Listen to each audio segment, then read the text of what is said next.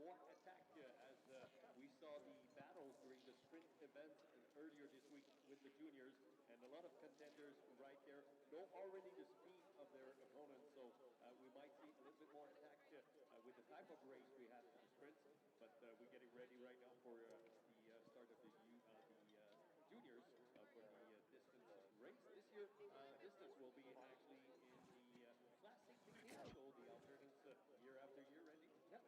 Actually, we go from a classic to free back to classic this year, and it's going to be 5 laps around the red course. It is 5,267 meters long. Welcome everyone again to beautiful Whistler Olympic Park here in British Columbia. It's the 2023 FIS Nordic Junior and U23 World Ski Championships. I'm Steve Scholes, your host. I've got Tim Wintanya here, longtime coach here in Canada. We just saw the women's 20K mass start. We've got the junior men's 20K mass start coming up. Tim, we saw some exciting racing already this morning. Yes, Steve, there were some strong performances. Mila Andreasen really took charge of that race, broke away with 2.5K to go, and look forward to a great battle with the junior men.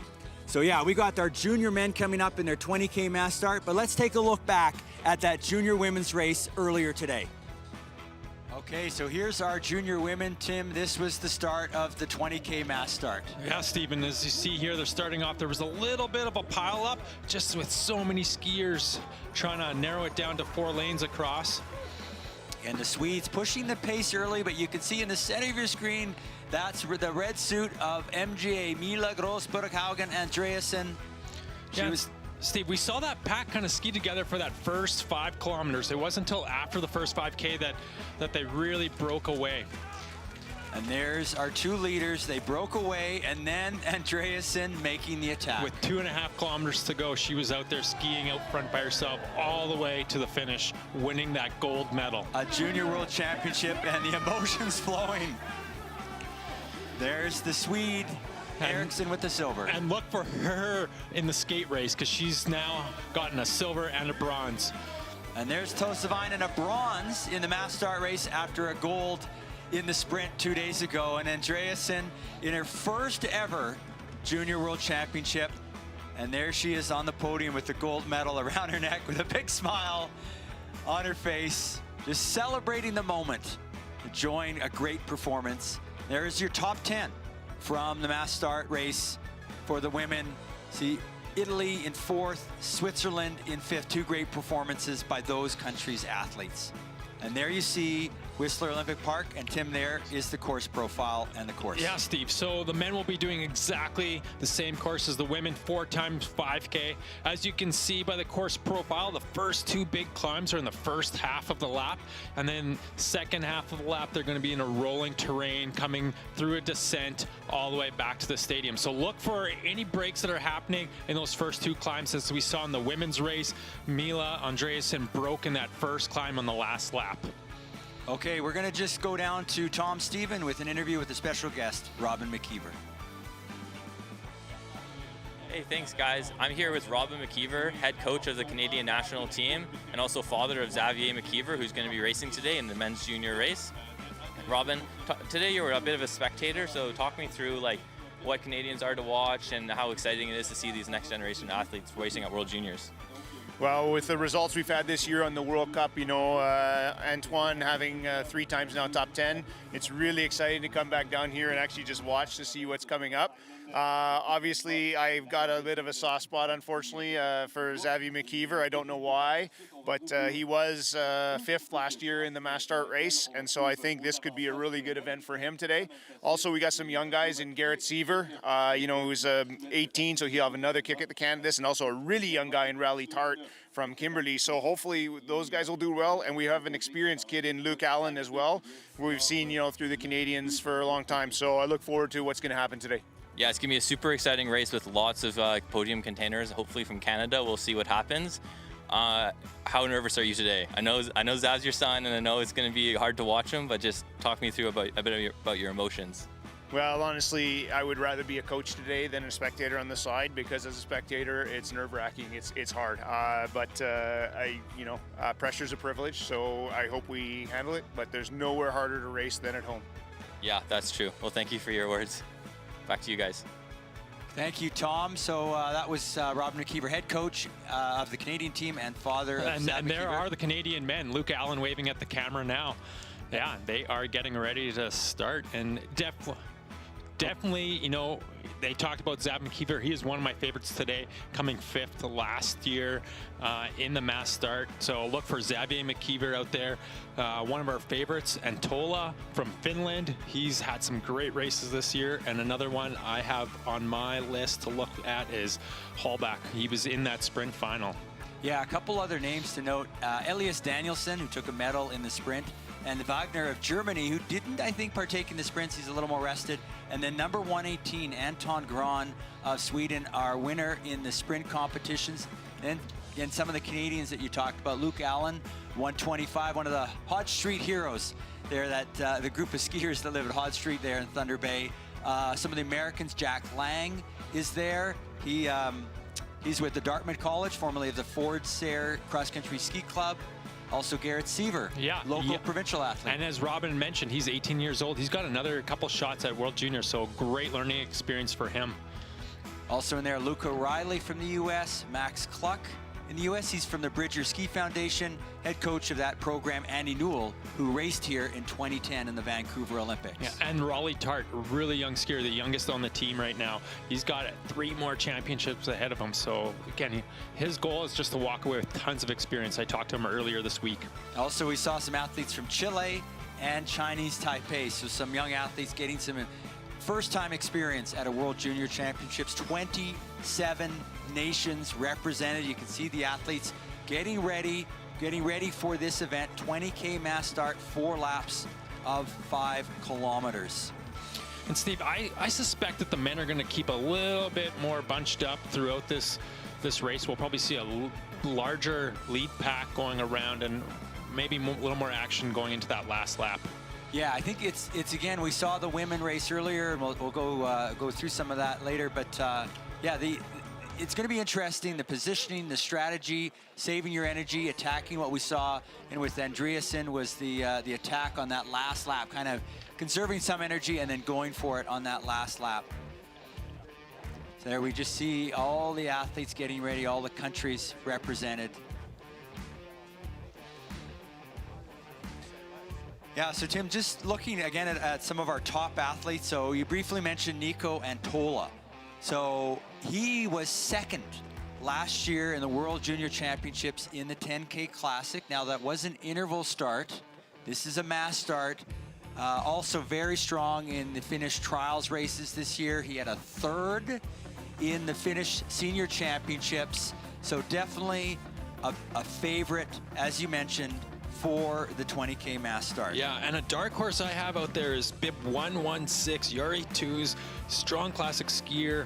You know, had some great OPA results from earlier this year, so look out for him. He's starting a little further back. So you can see the racers are getting ready. We're going to be back very shortly with some racing coming up. Do we stand on the other side here?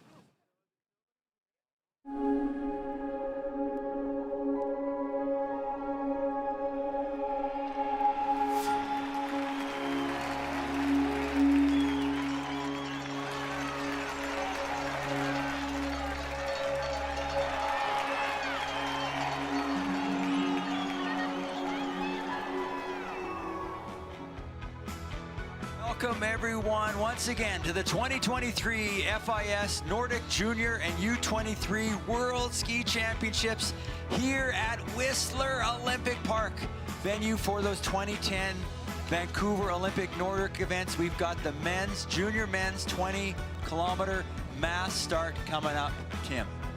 Yes, Stephen, there's some really strong racers in this field. You know, some of the athletes I'm looking at here is Nico Antola from Finland. He's gotten a 3rd place in the Finnish Open Champs. Look for him skiing real strong. And then we can't forget about Xavier McKeever, you know, a Canadian there. You can see Canadian coaches there touching up skis, making sure everything is just ready for that race. So watch for Xavier McKeever. He had some great results last year at World Juniors. And then another athlete I see standing out is Mathias Holbach from Norway. Really, really strong Norwegian results this year.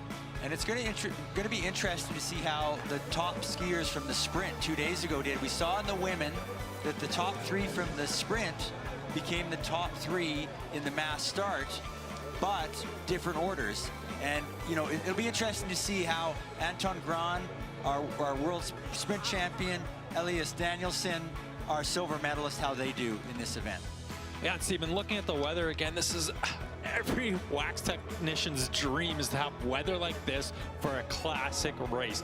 They know those tracks are going to stay in place as these men go multiple times around the course, and things are just remaining stable. So it makes life way easier when waxing skis out there. Yeah, and you were talking, Tim, to the head official here, and he was talking a little bit about the conditions. So I believe he's the TD from Finland here, and he skied the course earlier this morning just to make sure everything was in check to officially open the course. And he said he's a little jealous with the snow that we have here, as in Europe they've been struggling with snow conditions. Now, I think another storyline, Tim, here is the Norwegian junior men got shut out of the medals in the junior sprint on the men's side, and they had 3 in the final, and they missed the medals. I think they are extremely hungry, and we were talking to the Norwegian coach, and he's like, we think this is our day. It was their day in the junior women's. It's going to be interesting to see how the Norwegians play in this race. They are going to be hungry for a medal. Exactly. See, it wouldn't surprise me if they try to go early, actually, just to make sure that they have a chance at medaling. Yeah, they've got a lot of strong skiers. Not one that necessarily stands out as a dominant skier for Norway. They've got a strong team all around for this 20K mass start. 4 laps of 5K is what we've got coming up for these junior men here. This is the second event for them. We had, again, the sprint on Saturday, and we'll also have the skate interval start coming up later in the week, and the mixed relay. There's our athletes getting together. 72 athletes, Tim, 27 nations in that field. And like we said earlier in the week, Steve, this is many times some of these athletes are participating in an international race, and so they don't really know where they rank against each other from different nations. So it will make for an interesting race today. And there we see 101 in the blue suit, Nico Antola. 102 from Fabrizio Elbasini from Switzerland. Also 103, Elias Keck of Germany. 104 on the start line, Xavier McKeever of Canada. And then we see 105, Yamazaki of Japan. Yeah, I think one of McKeever's strong points in this race is his ability to ski the downhills. And looking at that course profile, the whole second half of that course is mostly descending. And so hopefully he can use that to his advantage, Steve. And some of the other top skiers, Wagner of Germany. He recently had a top result at the Opa race in Germany, the 20K Classic Mass Start. Here we are at the start line.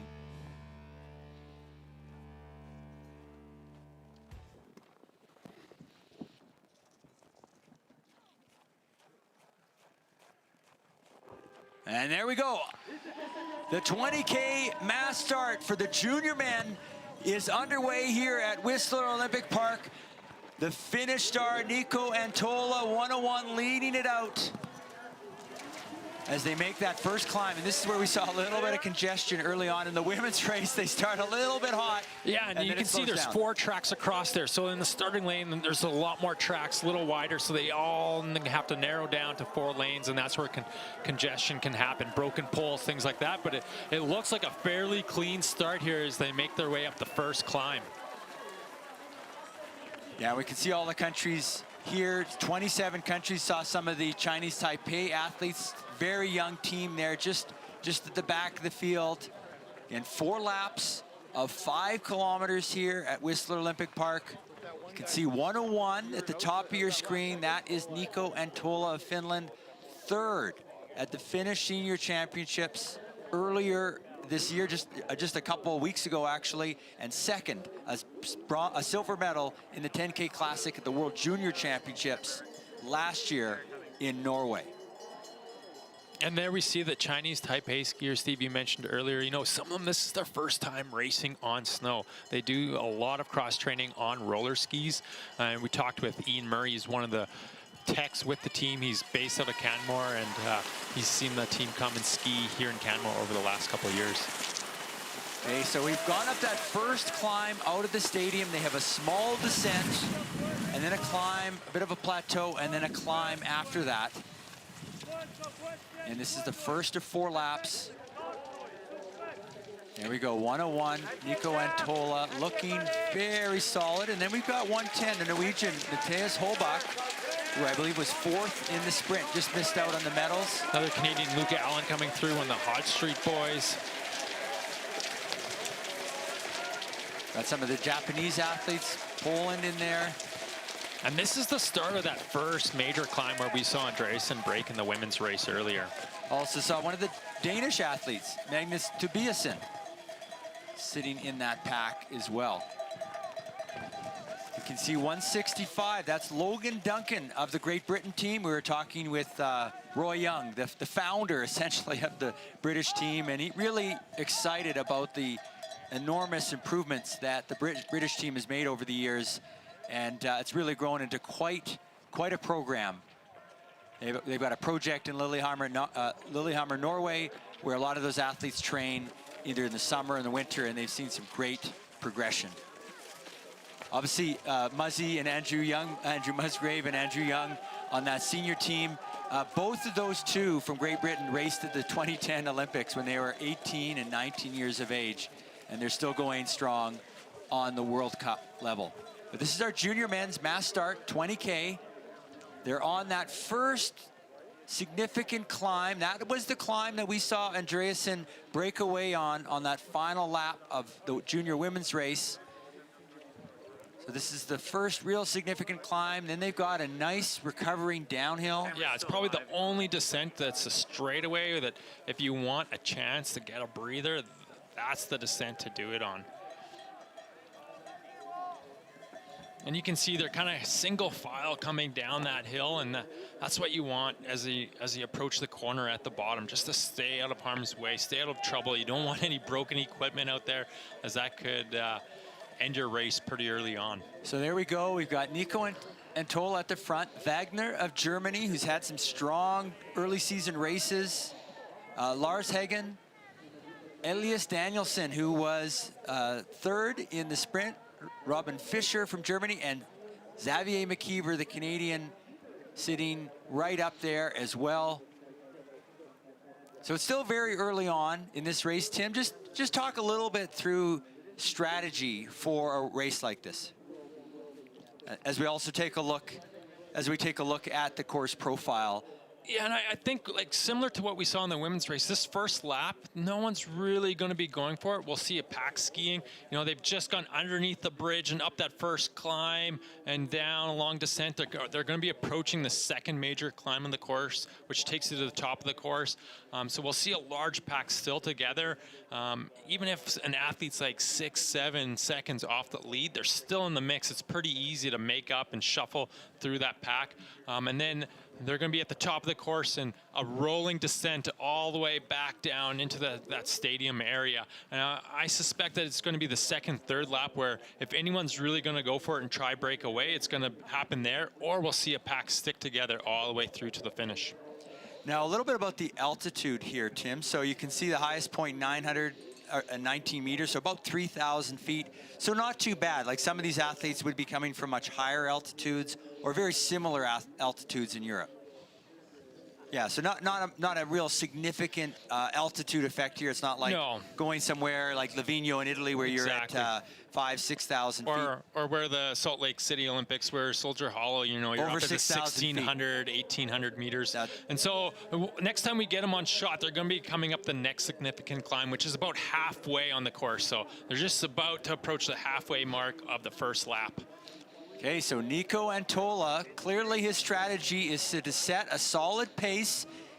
The pace is thinning out a little bit. You know, they're starting to become a single line, almost a little less of a pack. Well, they did come from a bit of a downhill, Steve, and so it's fine for them to be single file. And you can see now they're starting to move over tracks, spreading out across the trail.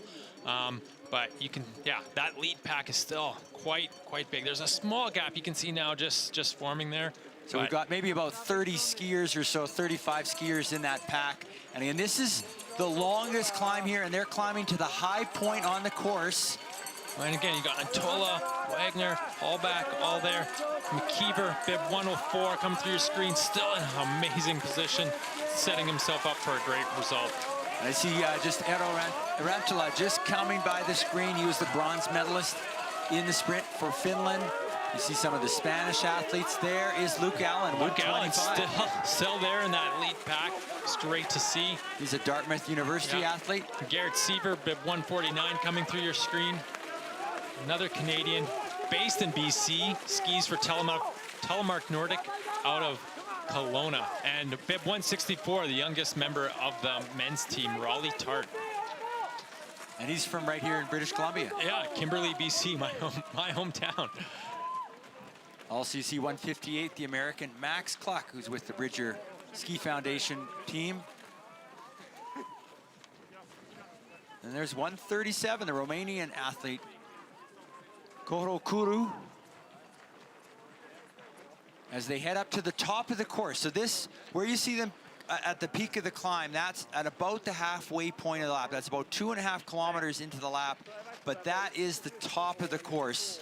And then there's a lot of descents towards the stadium. Yeah, the next kilometer or two is going to be a rolling section, slowly descending, and then they'll see the final kind of descent that we're going to call snake. The snaking descent. The snaking descent. That's right, Steve. The snaking descent. So we're just going to just go down to Tom Stephen to check in with John Alberg, the designer of these courses here at Whistler Olympic Park. I'm down here with John Alberg, and John, just take me through a bit of all the work that you've put in and what it takes to put on an event like this.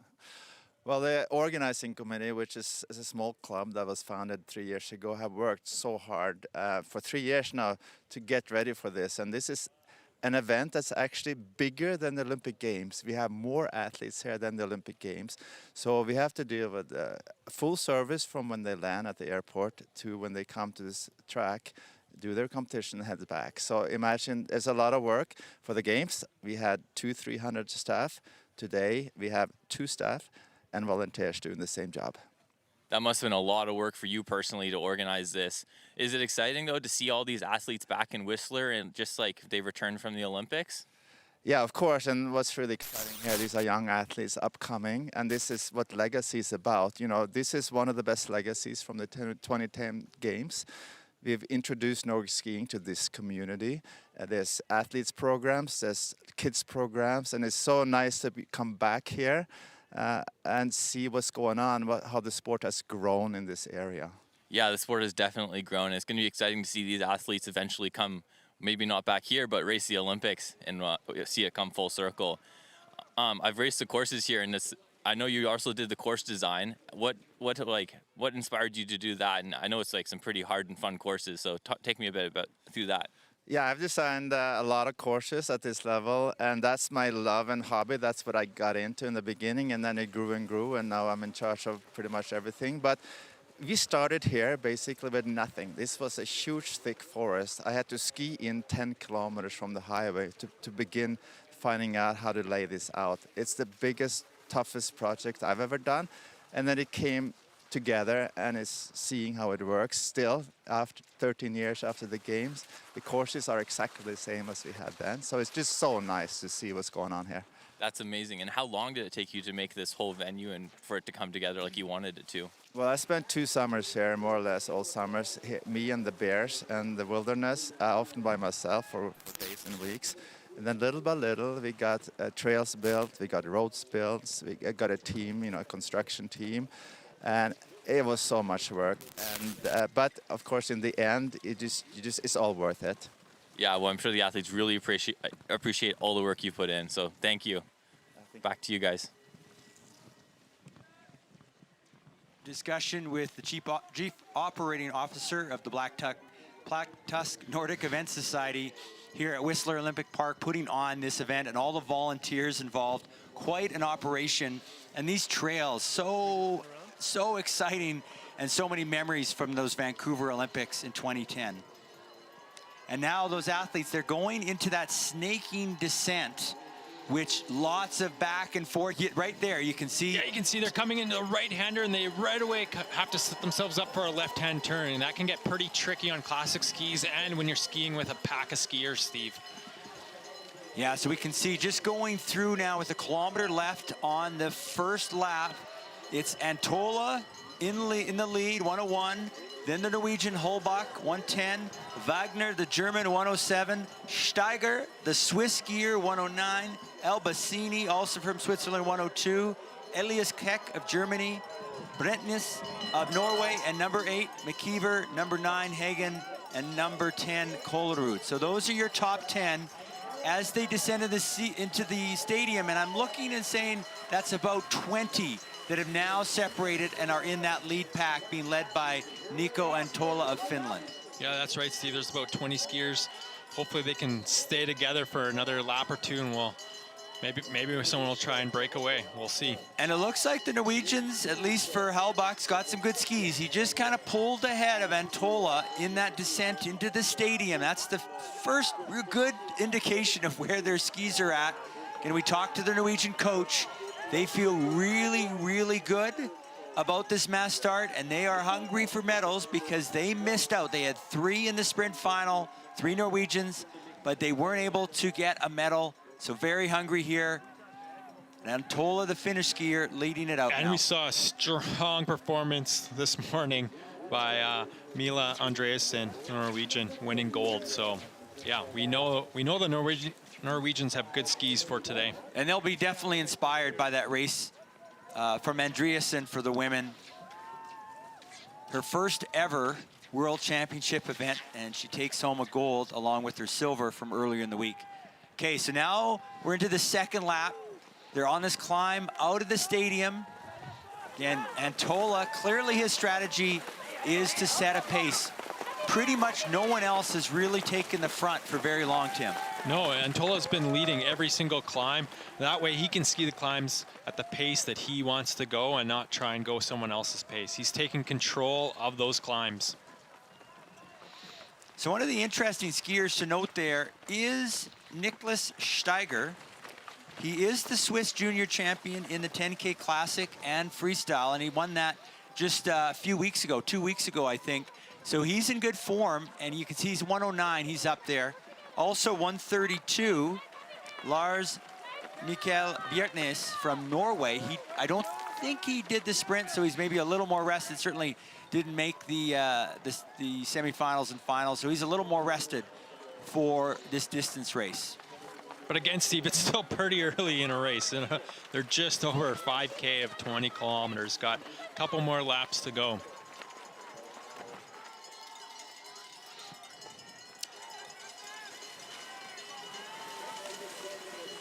So Niklas Steiger up there. His sister, Nadia Steiger, raced earlier today in the women's 20K Classic mass start.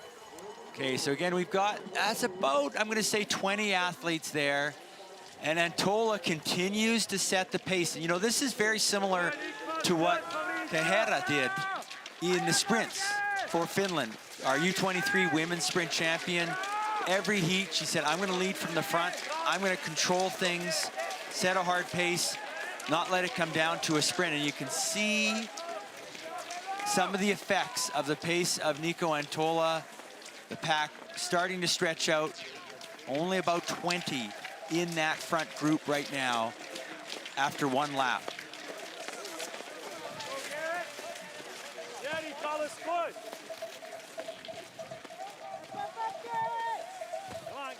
So also in that front group, a few other skiers to mention. Lars Hagen, he was one of the skiers, I think, that made the final in the sprint. Fabrizio Albacini, Xavier McKeever, Wagner, Kolerud, and Yuri Tuz. Yuri Tuz, the Czech athlete, is in that pack. He recently had some really strong results on the OPA Cup. He actually won one of the junior OPA Cup races in Germany, the 20K mass start. This is the event that he really likes. And Jury 2's is 1:16 for Czechia. But still, Antola in the lead. They're getting a little strung out on this climb. We'll see if Antola is actually pushing the pace here and who's going to stick with him. It looks like the four Norwegians are following right in behind him up over the top of the hill. Yeah, 3, 4, I think 4 Norwegians sitting right on the tail of Antola as they make this descent. And Tim, for our viewers, this is a long descent that you can just relax for maybe 15, 20 seconds to recover. Yeah, it's the only straight descent that you have. The rest of the descents are on tight corners, always moving your feet, and it's probably the only place on the course you can just sit in the track and have that little breathing room.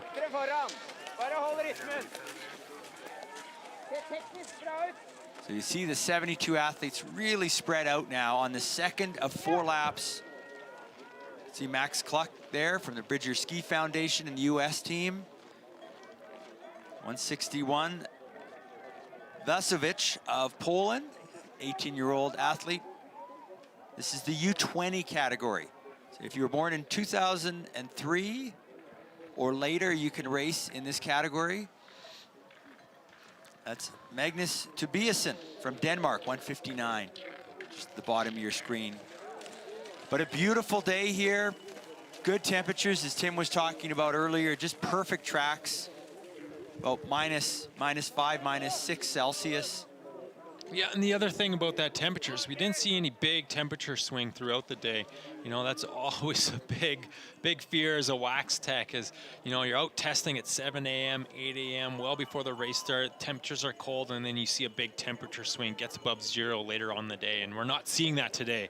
And that makes things so much easier, that once you find a good wax, most likely it's going to be the wax for the day. And now that may change over the course of the week. You know, looking at the forecast, Thursday, Friday are our interval start races for the skate technique, and then Saturday for the cross country is the relays, and also we have the Nordic Combined coming up and the ski jumping. So the weather will probably change as the week progresses and start to change things up for the wax techs here at Whistler Olympic Park. And again, you know, if you recall back to those 2010 Vancouver Olympics, there were some days like this. Very good conditions, but I remember the relay, the snow started coming down. Also the relay in particular where the conditions were changing. I believe 0 or slightly above 0 and snowing in 2010, and that's always the trickiest time to wax. And one of the legendary stories that came from that for the Norwegian team, of course, the Norwegians getting silver there, and we'll come back to that, but definitely an interesting story. And here we got the Norwegians. Yeah, they're taking the lead, taking control of this race over Antola. Yeah, 4 Norwegians now pushing the pace, and Antola looks behind him going, am I the only non-Norwegian here? But there is a Swiss skier, that is Steiger, 109 in there, and there's just a little bit of separation. Again, this is the longest climb on the course. They climb to the highest point here. They're going to be about halfway through this lap, the second lap, and now the Norwegians are coming to the front. Lars Heggen pushing the pace, and there are only 4 Norwegians in this race, and they're all at the front. 112, Davida Gio trying to chase back in there. And there goes Rantelä, 3rd place from the sprint 2 days ago, and Zav McKeever coming up over the hill. Also in there, Yuri Tuz of Czechia, and a solid race here by 1:38. That's Simon Jung of the German team. But that right you're seeing in your screen is the top point of this course, the high point of this course. And the Norwegians now deciding to push the pace. And again, the Norwegian coach felt very good about his team here. Again, very hungry for a medal after getting shut out in the junior sprints. You can see the coaches, Tim. What would the coaches be saying here? What kind of information? Obviously, there's some encouragement, but what kind of information might they be given? Well, sometimes it's just focusing on technique. You know, you see the odd little slip of the ski, and 9 times out of 10, that's a technique error, that they're not quite weighting the ski properly. And so little reminders for them to focus on technique, being over top of that ski, and then just words of encouragement to get them up over top of that hill and knowing that there's going to be a rest coming. And we can see 149, Garrett Seaver from this province, from the Telemark Club. Yeah, based not out too of far away. Kelowna, BC. Yeah, so he's in there having a solid race. Not too far away, but it's still about a 6-7 hour drive. Yeah, that is funny that we say that, right? Because some people say from Sweden or Norway watching, well, it's about a 5-6 hour drive from Oslo to Stockholm, and that's a separate country. Here, a 5-6 hour drive, you've just made a little ways through the province of British Columbia. So it's all relative in Canada versus some of the other countries in Europe. Okay, so we've got some of the skiers here just descending on the second lap. And the Norwegians starting to push the pace. You can see here on some of these descents just how technical they are, and you don't really get any rest or recovery on those technical descents. There you can see one of the Canadian support staff holding a ski. Some people might be wondering why they're holding a ski. Well, a crash could happen, equipment can fail, bindings can break. I've seen ski tips break, and so you want to make sure athletes have every chance to fight for a position and be able to hand them a ski if need be. So leading for the Norwegians right now is Hagen, then Holbach, then Kollerud. Those are your top 3 right now out on the course, but a pack of 6 leading this race.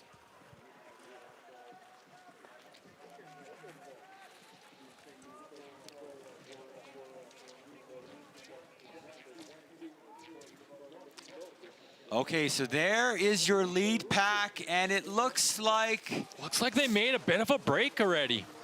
4 Norwegians and 1 Finn. Then Davide Gio of Italy trying to close that gap. And 109, Steiger falling off the pace now. There's Rantala, your sprint bronze medalist. And Robin Fischer from the German team. 138, that's Simon Young. But now it is 5 in that lead group. 4 Norwegians. And there comes Javier McKeever, the top Canadian, coming through your screen now. Double poling up over the flat.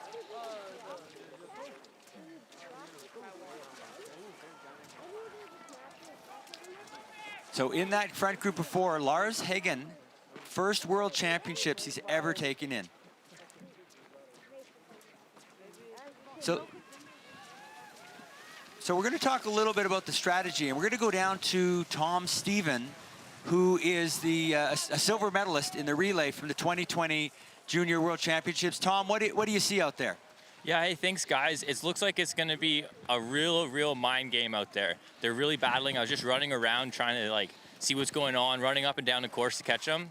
And yeah, they're definitely playing around with each other. There's like a huge lead group, and they're all super strong. So it's going to be super interesting to watch. And yeah, maybe we'll see that group thin out a bit. But right now, from what I saw, it's like a total mind game. It's really interesting to see. Yeah, and it's interesting now, that front group, Tom, there's 4 Norwegians in it. Do you think that they would try some team tactics against Nico Antola? Would they be trying to think that way, or would they be racing for themselves individually? Yeah, they definitely might try to work together, because like this course, like I said earlier, it's a bit hard to break away. But if in group of 4, like we saw in the girls, a group of 2 broke away. So if those Norwegians decide to work together and break away, they definitely could do it and put some work into Nicolo. But at the end of the day, we'll have to see, because it is an individual race. Thanks, Tom. That was great insight on trackside. We'll reach out to you again, but thanks a lot, Tom. So Tom, a silver medalist from the 2020 World Junior Championships. And here they come, Steve, descending into the stadium, finishing lap 2, approaching the halfway mark of the race. So that is Lars Hagen in his first ever Junior World Championship. He's 18 years of age. He is the Norwegian national champion in the U18 category in Skaden Classic, and he is leading this 20K race at the 10K point as 4 Norwegians take on the Finnish favorite, Nico Antola. 4 red suits, 1 blue suit. The Norwegians won the junior women's race earlier today. And again, Tom talking a little bit about the technique, or about the strategy when you've got four Norwegians like that, you know, how they can, you know, set a pace, really push the pace. And there's the chase group. And now we've got Albacini from Switzerland starting to move up, leading the second group to try and regain the front group of 5. There's 2 Swiss skiers in that group. And Steve, that group of 5 there off the front, they have to be a bit careful coming into the stadium. It's a long flat, lots of double pulling. If they relax too much, that's where that chase group can put some pressure on and try to get back into that front lead group. Yeah, we're just getting to note a couple athletes dropping out. Not sure what happened, but we can see the Aussie Hugo Hinkfuss has dropped out, and Takizawa from Japan has dropped out. But just looking at our lead pack, again, 5 skiers, 4 Norwegians, 1 Finn, and then that chase group, Albacini of Switzerland, Keck of Germany, Steiger of Switzerland, and Davide Gio from the Italian team. That's those 4 skiers you're just seeing coming into your screen right now, and that time gap is just over 10 seconds. Just over 10 seconds, Tim. Not too much of a gap, and I have to say, it looks like the Albacini looks pretty smooth. I wouldn't count out Albacini here to maybe reel in that group. No, exactly, Steve. It's still early in the race, and, you know, just over the halfway mark, a lot can happen. Maybe those lead skiers are just going to ease up a little bit, rest up. Maybe they're going to put a surge in. We don't know what's going to happen, and that's what makes for some exciting racing. And you can see just off that group of 4, that second group is Eero Rantola from Finland. He was your sprint bronze medalist just 2 days ago. Oh, now Antola going to the front. And Antola doesn't want to be with 4 Norwegians. That is not strategically the ideal position for the Finn. No, and as Tom said earlier about playing mind games, this is where they're going to be pushing the pace a little bit, trying to go see who's coming with me.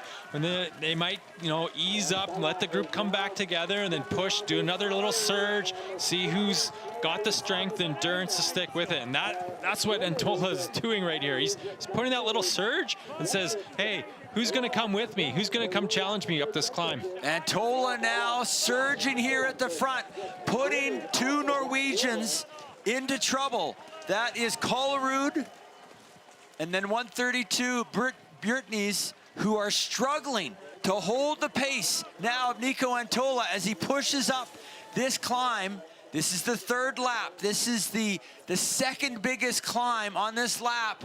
Nico Antola saying, I don't think I want to wait for any sort of strategic efforts by the Norwegian team. I'm going to push the pace here. They've got this climb, then a bit of a resting downhill, and then the big climb to the top of the course.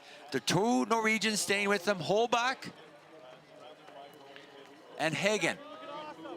2 skiers that made the final in the sprint but missed out on the medals. Those are the only 2 able to stay with them. You can see here, Steve, just that little gap forming. So we got 3 skiers starting to break away, and Antola saying, who's coming with me? And Hagen just trying to get the grip there at the top as he goes to the herringbone on the inside. So we are down to 3 in that lead group. And it looks like that gap has gotten bigger. Yeah, this is pretty exciting. I was expecting that lead pack to stick together a lot more and only break away now in this 3rd lap, but it's definitely strung out, and it's down to 3 skiers in that lead group.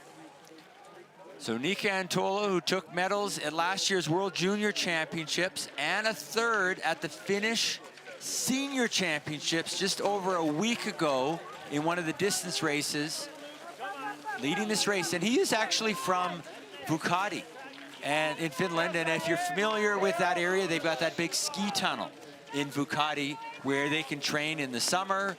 Or what's interesting is they also train in there in the winter because it's very far northern Finland. So when it's extreme cold, they actually go indoors and ski. So just trying to find the right conditions, but that does allow consistent training year round. It's not a big ski tunnel where they're indoor skiing, but it can, it can do the job. It feels a bit like a hamster wheel after a while if you're skiing there 10 months a year, going round and round in a circle. But yes, it allows them to ski in those super, super cold conditions that you can often see in the far north. So lots of separation now in this pack as Antola setting the pace on this climb, the second hardest climb on this course. We see Raleigh Tart, 164 for the Canadians, the Kimberley Nordic athlete. Kimberley, BC, and Kimberley just got voted the greatest small town in BC. So, yeah, Raleigh Tart from the greatest small town in BC. So the greatest skier from the greatest small town in BC, Raleigh Tart. There we can see one of the Canadian coaches. Yeah, that's actually Chris Jeffries, the high performance director for Nordic Canada. Okay, so we've got 2 Norwegians and 1 Finn in the front group. They're heading towards that next big climb that'll take them to the top of the course. But Antola, who for several minutes looked around, you could see him looking around, realizing it's him versus Norway. 4 Norwegians, all 4 Norwegians in there. So Lars Hagen and Matthias Holbach, I believe, are the 2 skiers with Antola, the last that we saw on this course. And here we go. Oh, now it's down to 2 on this big climb, the biggest climb here. They're on their 3rd of 4 laps. Antola leading, Holbach second. Matthias Holbach, yeah. Those are 2 of my favorites for today, and they're out in the lead.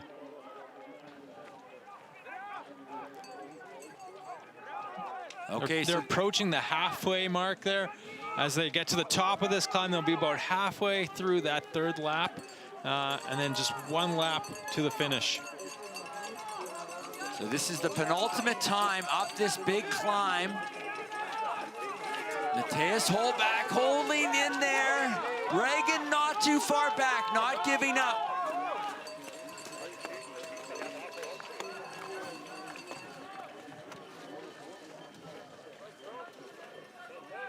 Just look how composed Antola is, Steve, as he's cresting to the top of the hill. Just total control. Just shows how much core strength he has as he strides his way to the top of the course. Now, one thing about Hagen, who's sitting in 3rd spot, he is only 17 years of age, still in high school.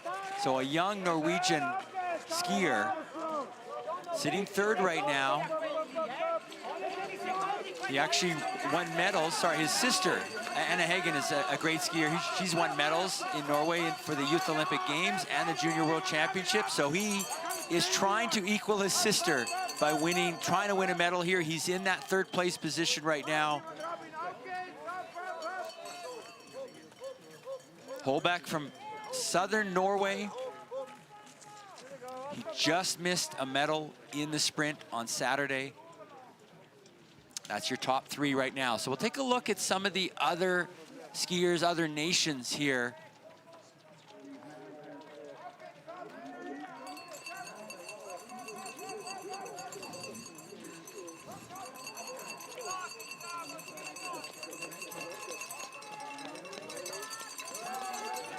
So that is Elias Danielsen. So he let it go in the sprint, won a medal.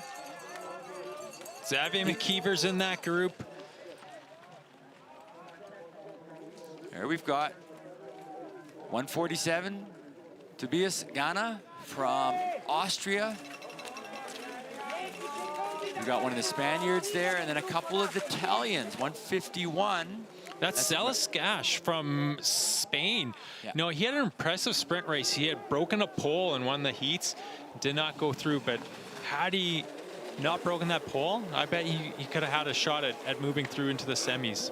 Okay, so we just saw our top 3 go through the screen there. Hagen just a few seconds off that pack. So desperate moments here for Lars Hagen to try and stay with that pack.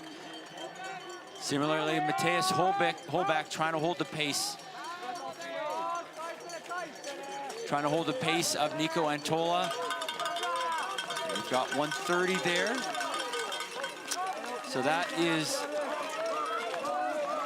Kalibekov of Kazakhstan. And we see Luke Allen, the Canadian, who skis with Dartmouth University, United States. And there's Adric Crafson. He's one of the American skiers. So Adric, he's from Stillwater Area High School in Minnesota, the same high school that great skier Jesse Diggins, the Olympic gold medalist. Jesse Diggins came from that high school. He's now, I believe, with Northern Michigan University. He's one of the American skiers.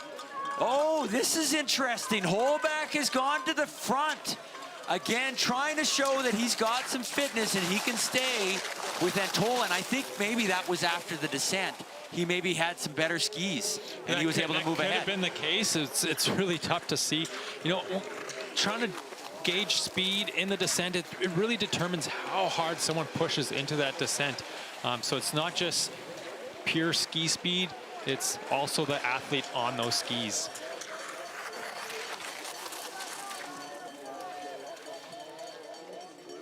So we're gonna see the skiers come through shortly here. This is, again, if you're just joining us, this is the third lap, and there we go, there's our leaders. 2 leaders, third lap of a 4-lap 20K mass start race for the junior men. Antola in the blue for Finland, Holbach for the Norwegians in red, and Lars Hagen hanging in there, not too far back in that third place position for the 17-year-old. There's your leader, Antola, 19 years of age, from Vuokatti, Finland. There's 4th and 5th. Hagen is 3rd, and now they're going into the snaking descent. And this is a great image. You see them going right, and then they have to set up for the left-hand turn.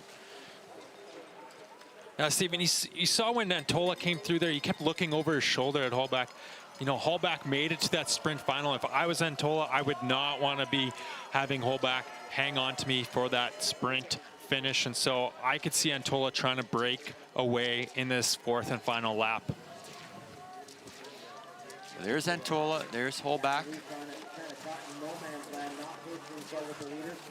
So they're now just coming up that climb before the descent, I believe, into the stadium. Yeah, it's the final climb before they show their faces in the stadium. And that'll be completing their 3rd or 4th laps. There we go. It looks like maybe Nico took a drink. Yeah, took a feed. That's really important to take a feed now because you won't have those sugars kick in for another like 5-6 minutes. So you're gonna want some of that energy for those 2 climbs. And that's interesting because I believe we saw, was it Andreasen who took a drink? And then 5 or 6 minutes later, she made her attack. So that's very interesting that you bring that up, that there's a timing there that just, you want to hit it right. You don't want too much or too little, just right at the right times. And not too soon and not too late. Yeah, it paid off for Andreasen. Now, look, we didn't quite see all of that feed area, but clearly Antola thinking about this last lap. And just look how much longer his stride length is in the double pole here. That's definitely an advantage in this long stadium flat. Yeah, so you can just see they're going through for the penultimate time through that corner. They're gonna lap through, and they are now heading out on their final lap. Final 5 kilometers of the 20K mass start. And again, just like the women's race, they can have a look around. They can see where 3rd, 4th place is, how close they are, and how hard these 2 skiers have to ski in order for 3rd place not to catch them.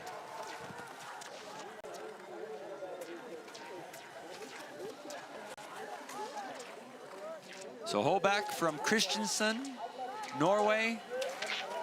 Antola from Vuokatti, Finland. Holbach from southern Norway, and much further north for Nico Antola in the final lap. So this is the climb out of the stadium.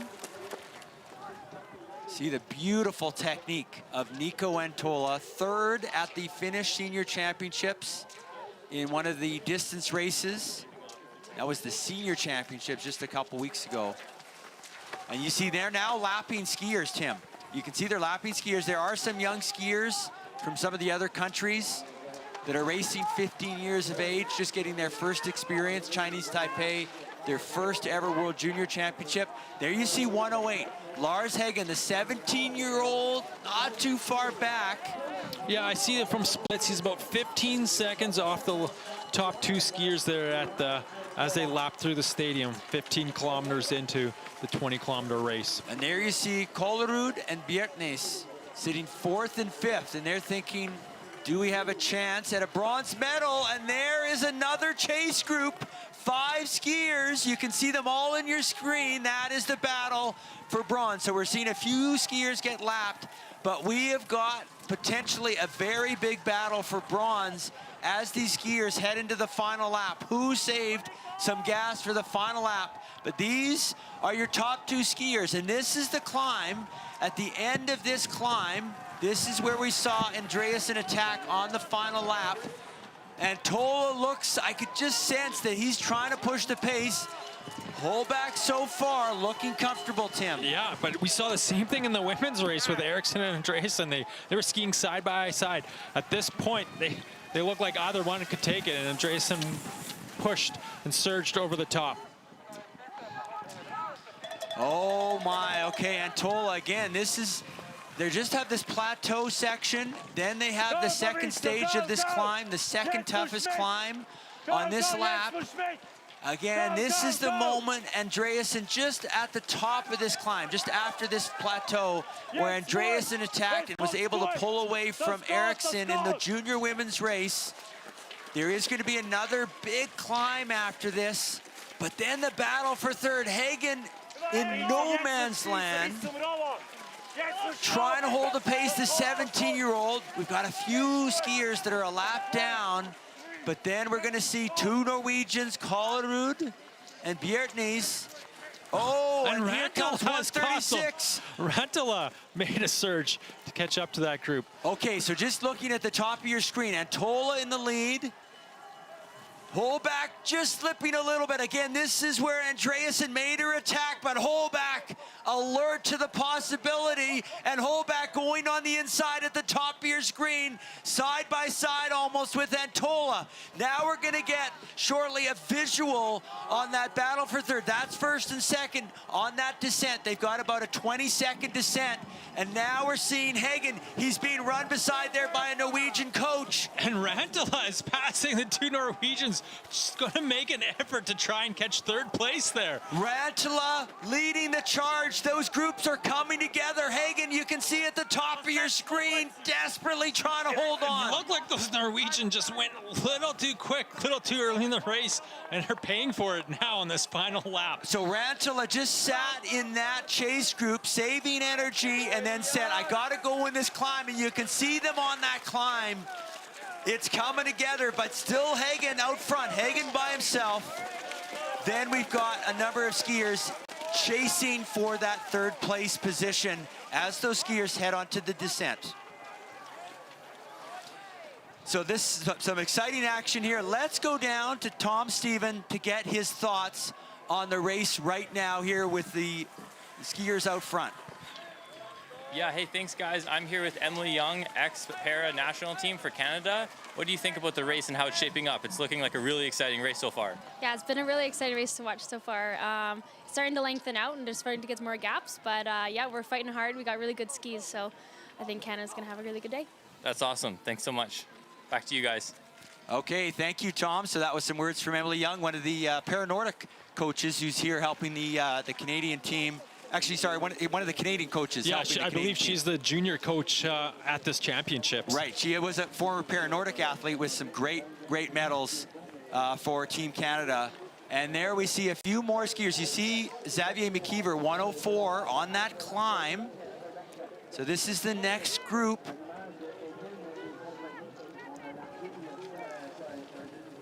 Also in there, I think that might be Yuri Tuz, I'm not sure, just ahead of McKeever, right at the top of your screen.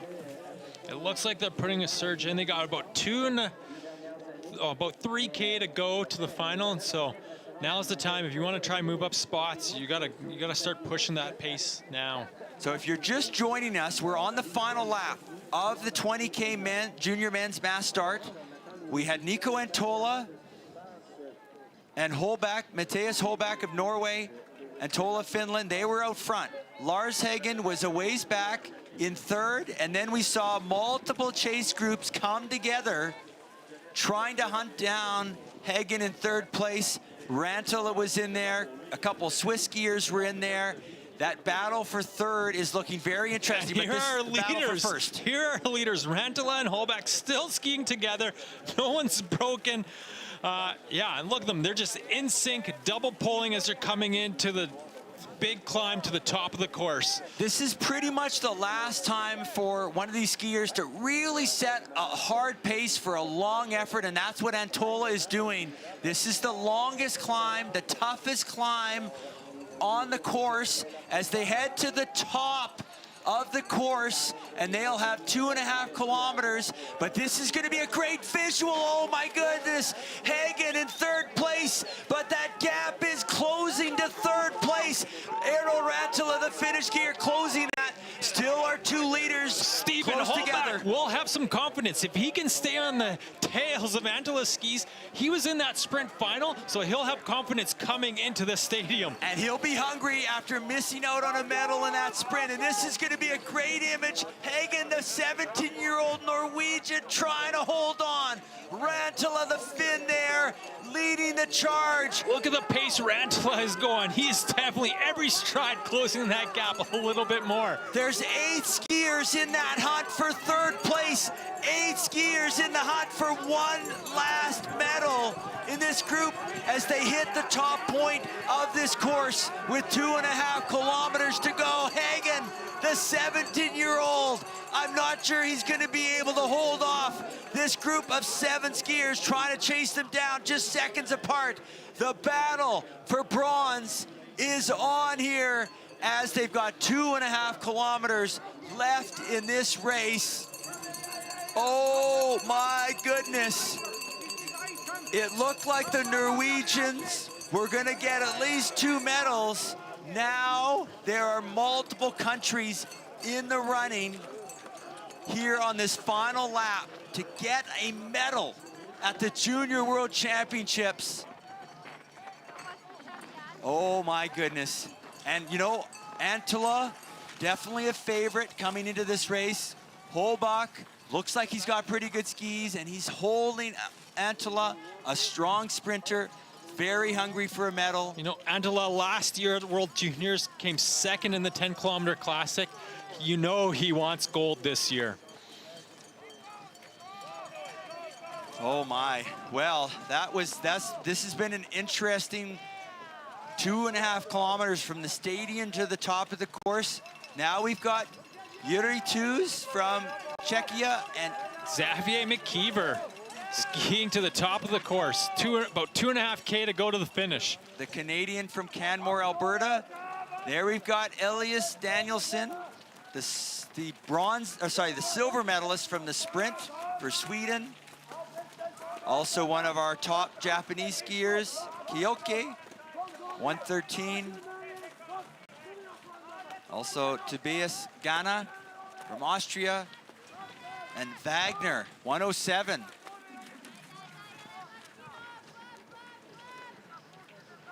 .131, Pavic of the Czechia.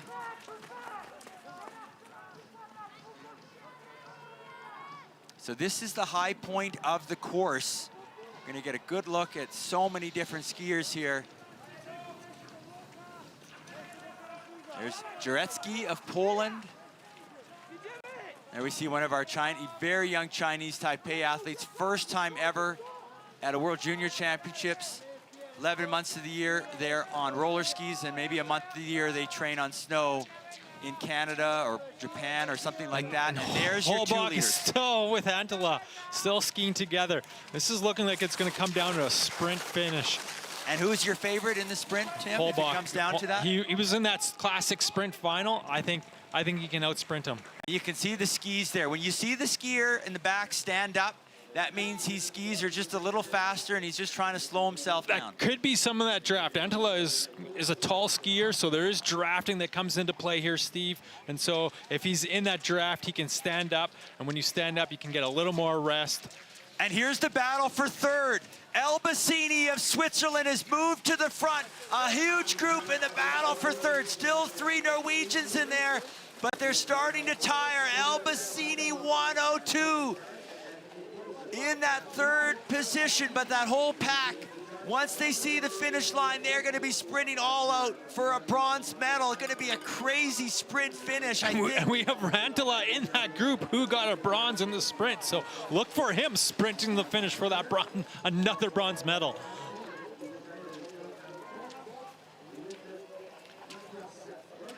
So there are your two leaders. They're heading into the snaking descent. They have one more climb before they make their final descent in the stadium.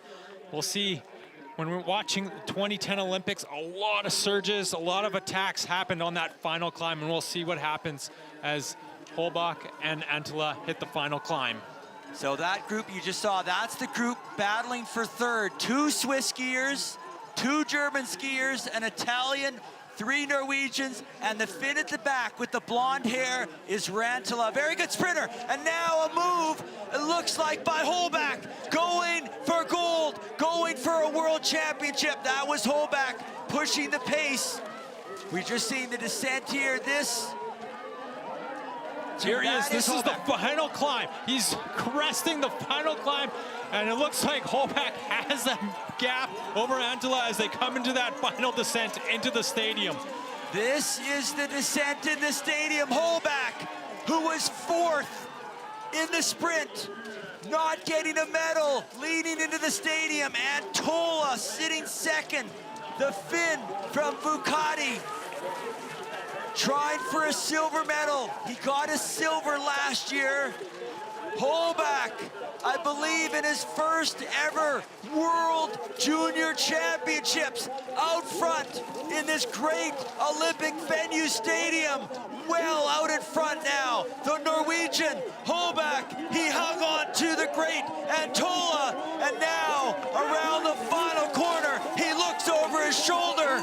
He knows he's got this. Is that a smile on his face? He knows he has this win. Mathias Holbach from southern Norway, from Kristiansand. He is going to be a junior world champion for Norway. Antola from Finland, the silver medal.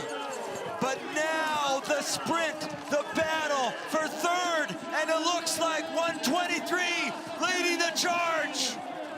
Collerud going for bronze. Collerud emerging from that 8-skier pack. Collerud from Norway, bronze medal at the Junior World Championships.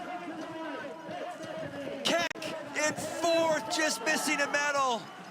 Davide Gio from Italy, and there is the young Lars Hagen, who tried to hold on to that 3rd place position, but there, Mathias Holbach, Tim, taking a gold. What a battle for that gold medal. It came down to that final climb just before the stadium, and he attacked and had enough to win the gold. And there's Nico Antola. A solid race. I think strategically he raced it the way he had to. He didn't want it to come down to a short effort. He pushed the pace almost the entire lap. You could see on the climbs Antola was trying to drop Holbach, but it wasn't enough. And Holbach is a junior world champion. 111, Robin Fischer of Germany coming in. But somehow Collerud was able to emerge. Now he's a good sprinter. He's another skier that missed out on a medal in the sprints. But looking a kilometer back from the finish, he was looking pretty exhausted. I wasn't expecting him to come through into that bronze medal position. There we've got McKeever, the Canadian, coming in. The Canadian from Canmore, Alberta. This is Nicholas Steiger. He had a strong early race, but not able to hold the pace. And there is Canmore, Alberta's Xavier McKeever coming into the finish here in his home country. Yuri Tuz from Czechia just behind him. The Italian Martino Carollo. I think that's a 13th place finish for Xavier McKeever, tying 13th place from Allison Mackey earlier this morning. What a great results for the Canadian skiers.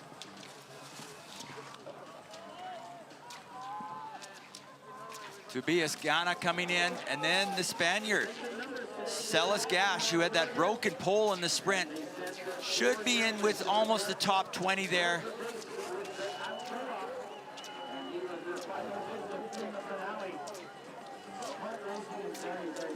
And we've got 117.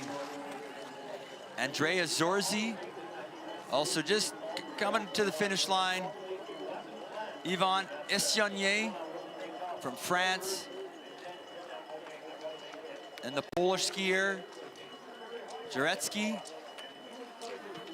And there's Anton Grahn, big Anton Grahn, the gold medalist in the sprint, but showing that the 20K mass start for some athletes is a very, very different experience. Pius Kempi for Finland. But there's our winner. What a race. Just sat behind Antola most of the race. Rested up, knew he had the confidence from 2 days ago, the sprint race, that he could out-sprint him. And that is what he did. Made the surge on the final climb.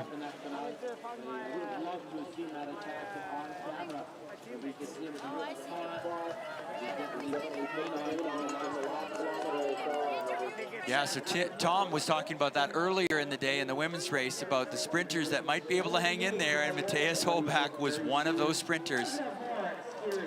Here's Kalibakov of Kazakhstan. Also Simon Nielsen from Sweden, 145. Charlie Dufik, and 155. Luca Riley. But that is the carnage. Look at some of those athletes. Oh, we got Luke Allen here, another Canadian crossing the line, skiing for Dartmouth University in Spencer Summer in Thunder Bay with the National Training Development Center, one of the Hodge Street boys. Also, we saw the Japan skier Yamazaki there. There is our junior world champion, Matthias Holbach. And, you know, just celebrating this moment, the championship. And that is Adric Crafson from Minnesota, Stillwater, Minnesota. Now with Northern Michigan University, another American skier. Jack Lang, another skier from Dartmouth, originally from the Ford Sayre Ski Club. There's Stern of Slovenia.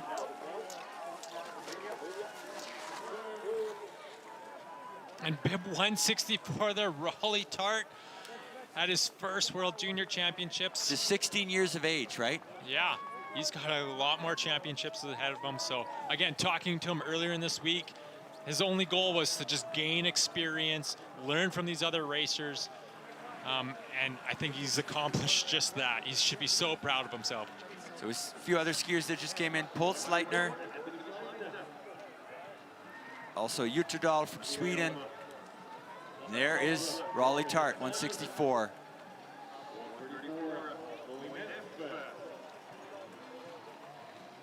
There's Gajurek from Poland, 143, 160.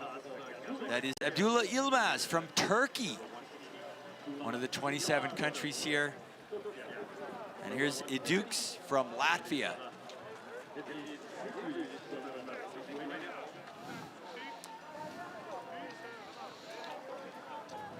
So Holbach from Norway.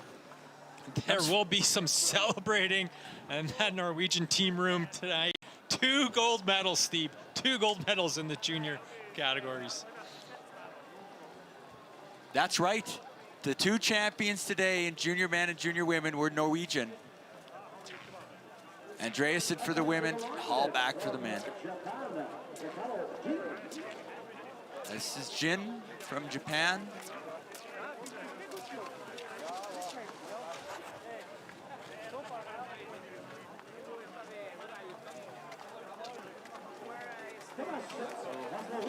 This is Vesovic from Poland.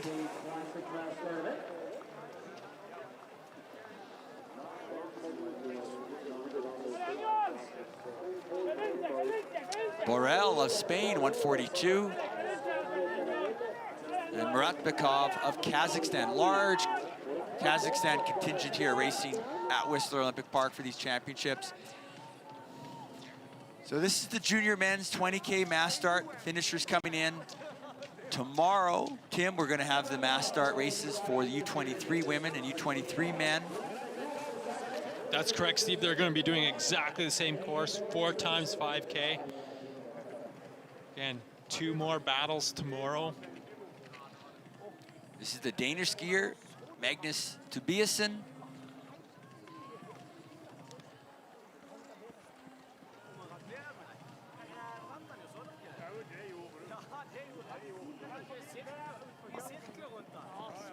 Yeah, those U23 championships, definitely Norway, a very strong team. I think the US, very strong team, both men and women. So definitely shaping up to be a good battle between the men and women of Norway and the US. It'll be interesting to see if Kehera from Finland, the sprint winner, races that race. Does she save her energy? I saw an interview after the race and she was saying, okay, now we got to decide what I'm going to do for the rest of these championships. She's kind of picking and choosing the races that she's got a good chance at. Yeah, Steve, and we won't see those start lists until later tonight of actually who's going to be towing up to the line tomorrow.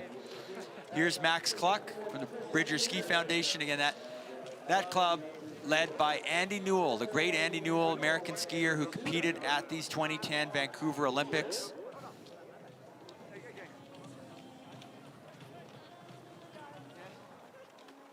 There's one of the Chinese Taipei athletes, very young team, first ever World Junior Championships. Again, as Tim was talking, that they train on roller skis pretty much year-round, except when they can travel to some place with snow. But a very young team. Many of their skiers just 15 years of age. But what a great experience to build that program. Hopefully next year we'll see even more skiers coming through, everyone looking stronger. Yeah.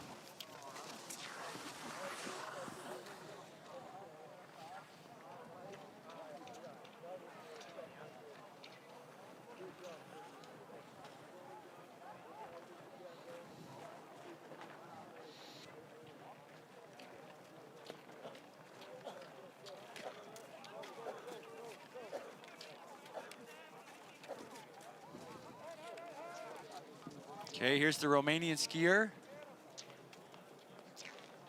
Corocheru.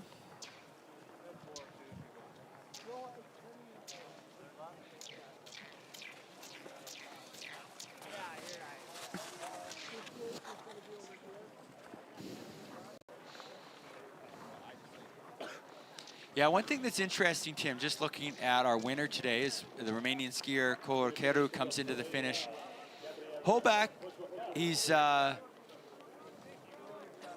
19 years of age, last year as a U20, has never raced a World Juniors before, and it speaks to the depth of the Norwegian team, and often because of that depth, you might only get 1 or 2 chances to really compete at a high level, to show what you can do against the best in the world.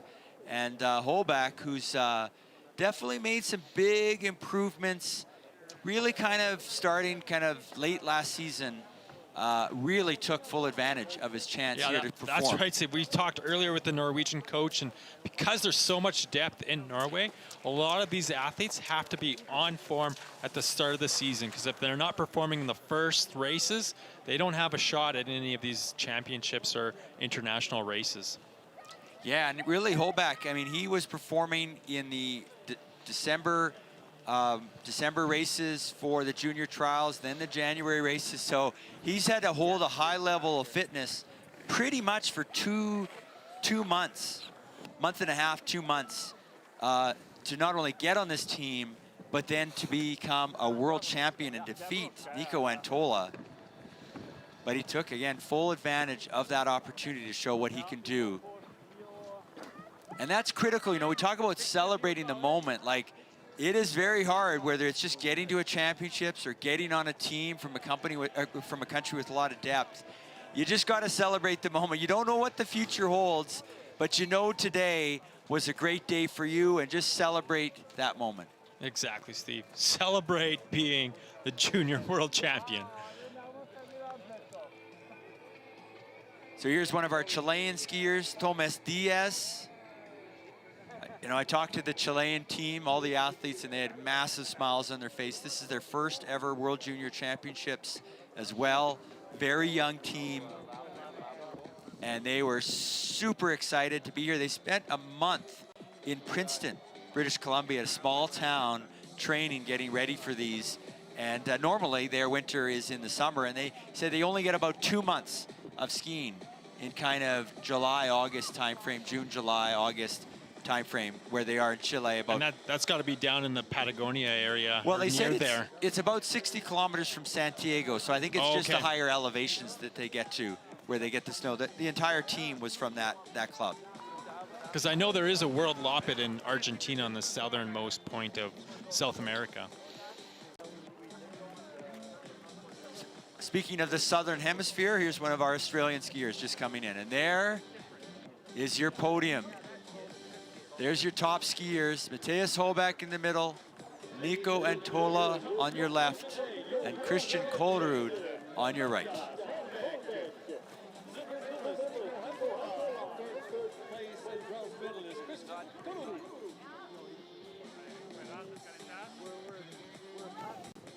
Yeah, it's going to be interesting to watch the highlights of that, Tim. I feel for Lars Heggen, who stayed with those front two for a while, then fell off the pace, and he was just by himself in third. And then that group came back to him, and it looked like Eero Rantala was going to be the guy to challenge. But he just kept going, kept surging on all those climbs, and Holbach could hold on. There's John Moritz of the Australian team coming in. They ski a lot at Falls Creek in the Australian Alps, about 12 hours south of Sydney. There's a lot of snow there this year at Falls Creek. Of course, Jesse Diggins and Julia Kern going to Falls Creek this year after huge snowfalls. And I was talking to one of the Australian parents, and they said they were skiing on Christmas Day at Falls Creek, which is extremely rare. That would be like skiing on June 25th here in BC. So this is Logan Duncan of the Great Britain team, and you know, Roy Young, he's here. He founded that program. His young kids were into skiing, and he said, you know, it's a long drive to go alpine skiing. Let's do a bit of cross country in the woods. And ultimately that became Andrew Young and Andrew Musgrave going to the Olympics, and an entire Great Britain team, and we'll see many more of them in the U23 races. Logan Duncan, one of the young up-and-coming skiers in that program, as he finishes his race here at Whistler Olympic Park.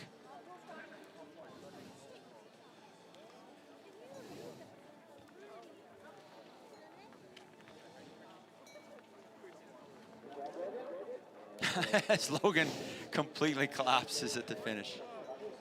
And that's what 20 kilometers will do to a body. Just how taxing that is on the body. And I know the Great Britain skiers are all watching the live stream after their races, and they'll enjoy seeing their efforts caught on camera.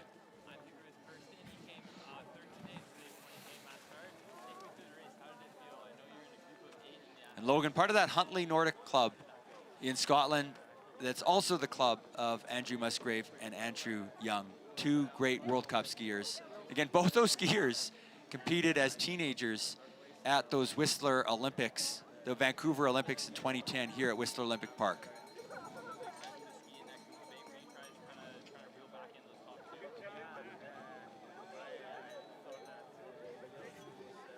And this is Tretyakov of Lithuania coming in.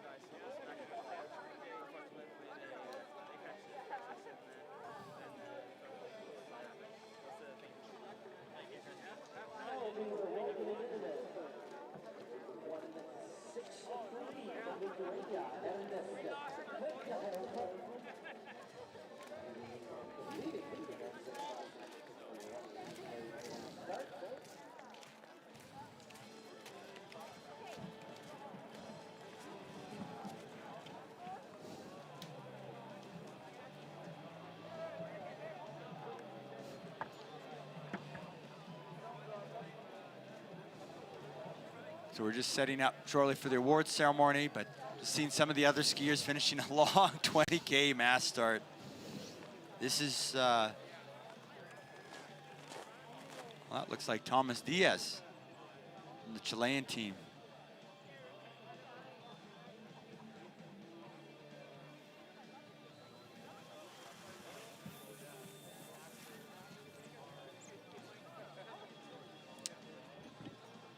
Looks like he's heading up for another lap. So this is a big day for Thomas Diaz. So Tim, just recapping the race again, it was really interesting to see Nico Antola really push the pace. You know, he pushed the pace for 3.5 laps, 17.5 kilometers, and it really wasn't until the final 600 meters that Matthias Holbach went to the front and decided to go for it. But I think that's what Antola had to do. He knew that Holbach was in that sprint final, that he could sprint, and so his only real option was to push that pace and hopefully crack Holbach, and that did not happen. Okay, let's go down to Tom Stephen to catch up with the gold medalist. I'm here with Matthias. Matthias, how was your race today? Take me through it a bit. Well, I think it was hard, but I have some good skis, and it was hard up the climbs, and it goes smooth downhill. Did the race go to plan? I know you and Nico were struggling a lot and fighting it out throughout the race. Was that how you wanted it to go? Yeah, I think it was fast upper, and I feel fresh in the downhills and the flat parties. And how's it feel to be a world champion? Are you excited? Yeah, it's amazing. It's a very good feeling. Yeah. Well, congratulations. Thank you. Okay, that was a great discussion with our world champion, first ever world championships, and he's got a gold medal. And it'd be great to hear also from our silver medalist as well, Nico Antola, but a great result by Matthias Holbach, Tim. So we're just gonna go down to Tom to talk to our silver medalist.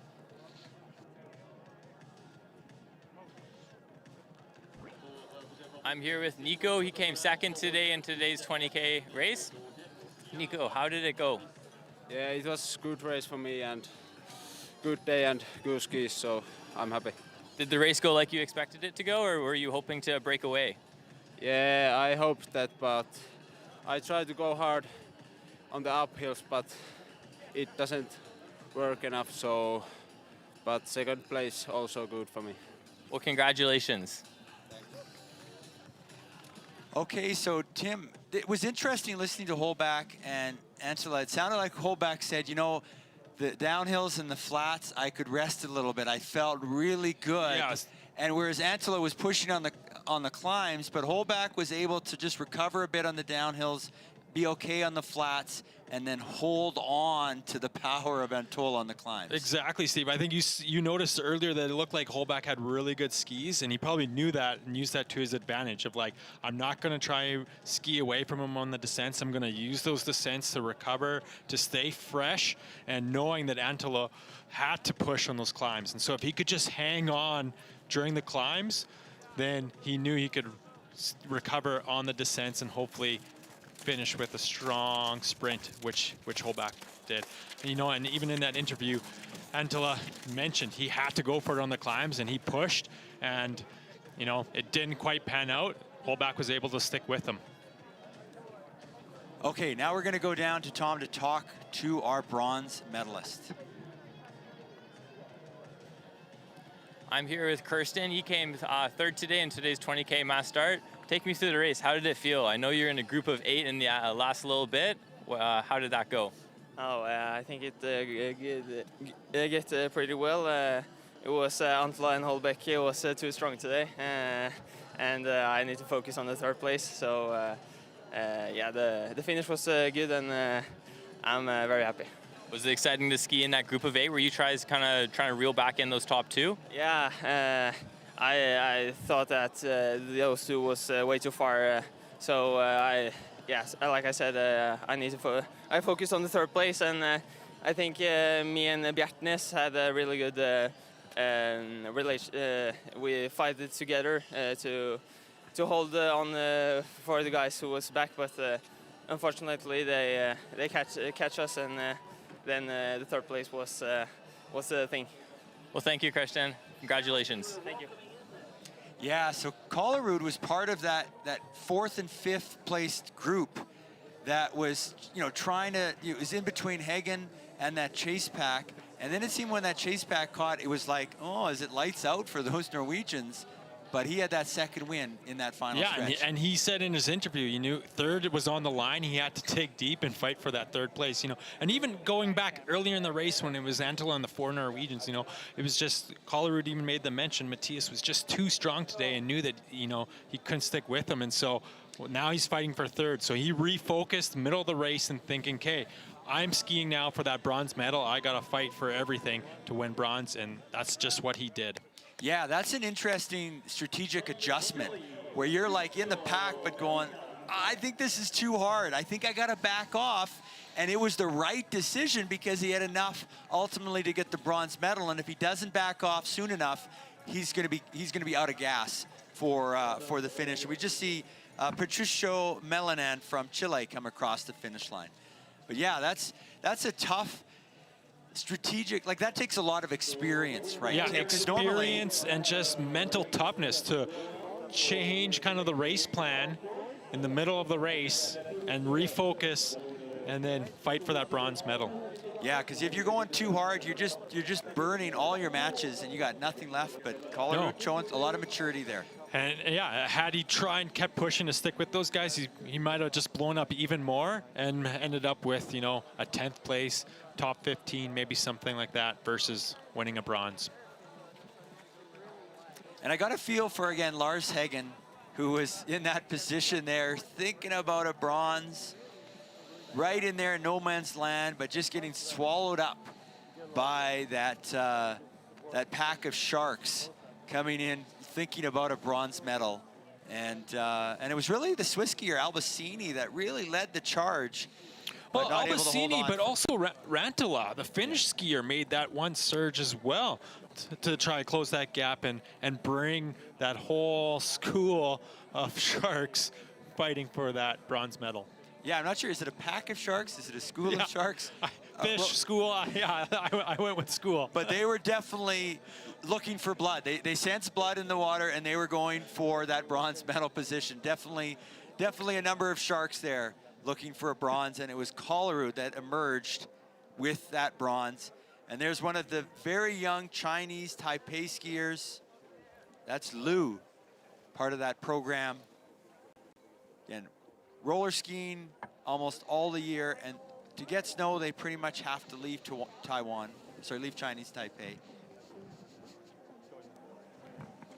Which they've come, the team has traveled and been to Canmore. I believe it was in 2020 they did a trip to Canmore, did some skiing. They also came about 3 weeks early from these championships to Canmore, did a bunch of training at Lake Louise, getting ready for these championships.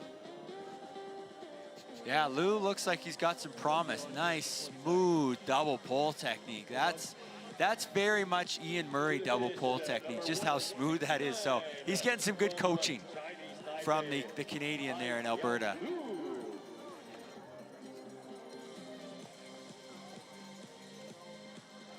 Here's 172 Peng of Chinese Taipei. And, just thinking about all the effort that goes into this, we talked about the volunteers, just hundreds of volunteers to put on this event, and what a fantastic job they've done, and just a wonderful group of folks here putting on this event. This is Joseph James Peng. Nice double pole technique. They're definitely getting some good coaching there. Well done. So again, this is our men's 20K Classic. Again, we'll have the junior men's 20K Classic. We'll have the U23s coming up tomorrow. And then there's a break in the cross-country competition on I think Wednesday. a well-deserved break. A well-deserved break. That's with the efforts that have been displayed by these athletes. That's a good way to put it, Tim. And then Thursday and Friday are the interval start races, the 10K skate for all categories, all genders. and then the mixed relay. I'm really looking forward to the mixed relays. What a way to end the Nordic competition with the mixed relay. 2 men, 2 women from one nation battling it out. Against all the other nations, and I think we're gonna see some pretty solid battles there. And I think just thinking a little bit ahead to the U23 races tomorrow, I mean, again, US and Norway, some very strong teams. Finland, it's going to be interesting to see who they put out on the course. The Swedish skiers are going to be really strong, and we got some of the Germans as well. And also on the Canadian side as well, we got some good U23 Yeah, skiers. a bunch of the Canadians World Cup racing experience already this season, so they're bringing that to these championships. I'm definitely looking forward to Max Holman in that race. If he can, I think he can have a good race there. The Canadian Max Holman from Thunder Bay originally, now trains with the Alberta World Cup Academy. Yeah, Max Holman, he knows how to suffer, and he can dig deep.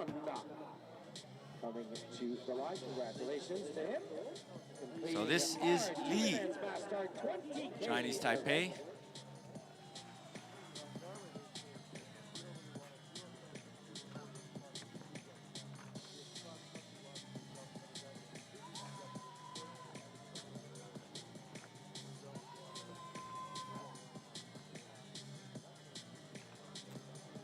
Here is Cristobal Rios of Chile.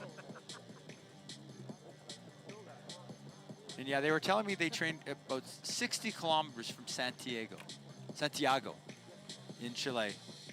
And all 5 of them come from the same club, same ski area.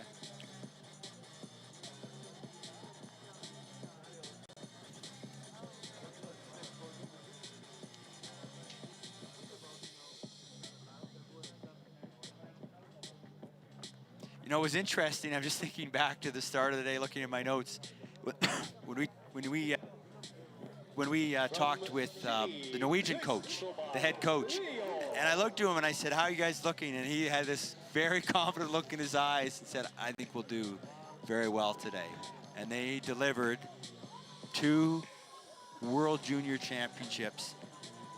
MGA, Mila, Grossberger, Haugen, Andreasen in the women's race, and then Holback in the men's. And the bronze medal in the men's race as well, Steve. So they take 3 medals today by Norway. And there's Cristobal Rios finishing up his race. Celebrating that race. And there's the Chilean team. They're happy. They got massive smiles. They are loving. Give a little peace sign to the camera. I love it. The Chilean team showing a lot of great spirit.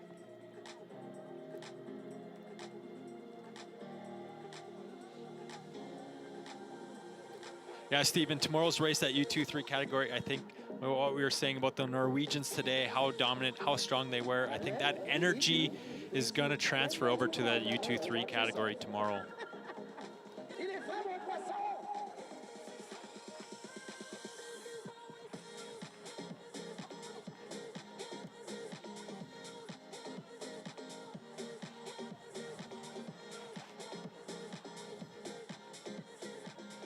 So as we take a look at some shots here of the Whistler Olympic Park. So this was built for the Vancouver Olympics. We saw that interview with John Alberg. Yeah, skiing in through the bush, 10 kilometers to start marking out these trails. And then in the summer, planning things out, hanging out with the bears. Yeah, it was a grisly undertaking to take on these trails, and just fantastic. Like all the work that John Alberg has done on different courses, you know, the Soldier Hollow courses and then these courses, but just the excitement that we saw with the sprints and the sprint finishes and the sprint for third, having that long double pole section, you really get to see the athletes switching places in that final 25 seconds of racing. So just some really good trails. And, you know, this isn't just a venue for world-class racing. It's a great venue for that, but you can come here and ski. There's almost 87 kilometers of trails. 26 of them are dog-friendly trails. You can go skiing with your dog. You know, there's backcountry skiing. There's Callahan Country backcountry skiing over 30 kilometers. There's snowshoe trails. You see there's a roller ski track in the summer. There's the biathlon range. Yeah, I know there's a lot of summer camps that take place here for cross training with the BC cross country ski team. You know, some of the Nordic Canada development teams have come here in the summer to train using that roller ski track. Yeah, also the U.S. Junior team came here this summer in June to ski and train. And of course the ski jumps are here as well. Well, there's the Chinese Taipei team resting a little bit. These great Nordic Junior and U23 World Ski Championships and all our great sponsors supporting this event.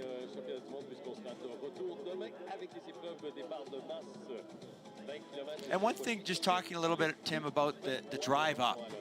So say you're coming to BC and you want to downhill ski or cross-country ski or backcountry ski or hike or mountain bike. You know, you're flying into Vancouver and then that incredible drive up the sea to sky highway. I mean, we were driving up, the sun is shining, you look out on Howe Sound, you know, how beautiful is that? And just great to come to a place like this. It just ties in with the legacy that John Alberg said, that sea to sky highway was built leading up to the 2010 Olympics and has opened up so much more access to people coming here for tourism. So that is Fan from Chinese Taipei. He's going to be finishing up his race here at Whistler Olympic Park. But right now, let's go down to Tom to speak to one of the Canadian skiers. I'm here with Eric Denise, the Canadian national team coach and next gen coach. Eric, how are you looking at the results today, and what do you think about them?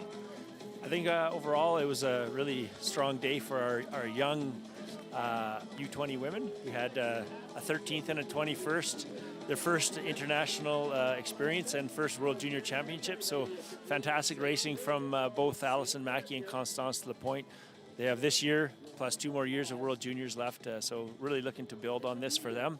Our under 20 men, we had some strong performances from Xavier McKeever, Luke Allen, and Raleigh Tart. Raleigh Tart has 3 more years of World Juniors left, so really he's just trying to get some experience here and soak it up for the future. Xavier McKeever in 13th, you know, he was wanted to gun for the podium, and things just didn't work out today for him. So I'm sure he's a little disappointed, but we'll rally and get ready for the next day. That's exciting, yeah. And how I saw one of the Canadian boys dropped out. Do you know what happened there? From what I've heard, is something happened with his back. Just trying to follow up on that now. Hopefully Garrett's okay and can be ready to start the next day. Okay, thank you. Good luck tomorrow. Thank you. Thanks, Tom, for that update from the Canadian ski coach. I think it's the next gen coach, Eric Denise. So, Tim, we were talking a little bit about the Whistler area. How about in the summertime? You know, there's incredible hiking, like just, you know, every day for every summer. Well, for just 30 take a years, look around at all those peaks that you see from here. Any of those mountains, you can go hike up for some even better views from up top. The mountain biking, as I said yesterday, is known. Whistler area, Squamish, North Van is known as the mountain bike capital of the world. Yeah, there's tons of summer concerts that take place here in Whistler. It's just a beautiful place to come and visit any time of the year. Yeah, just the mountain biking. It's, you know, the Squamish, Whistler area, and North Van, there's just so many world-class mountain bikers from this area, and there's just so many different trails. As we watch Fan from Chinese Taipei make his way through the stadium, this grueling classic distance race. Again, a very young athlete. Oh, we've got a bit of a battle here. A race within a race. Chile and Chinese Taipei. So that is Fan from Chinese Taipei and Diaz from Chile. They're battling out, and you can hear Randy, the PA announcer, cheering on these two athletes. Again, 2 countries in their first ever World Junior Championships.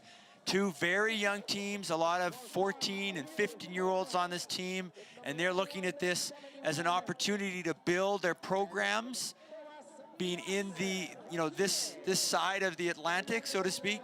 They're able to come to these, and we've got a bit of a sprint finish here. Diaz just putting it on here for this finishing straight. So Diaz taking in the cheers from the crowd, but Fan is just going to finish ahead of Thomas Diaz of Chile.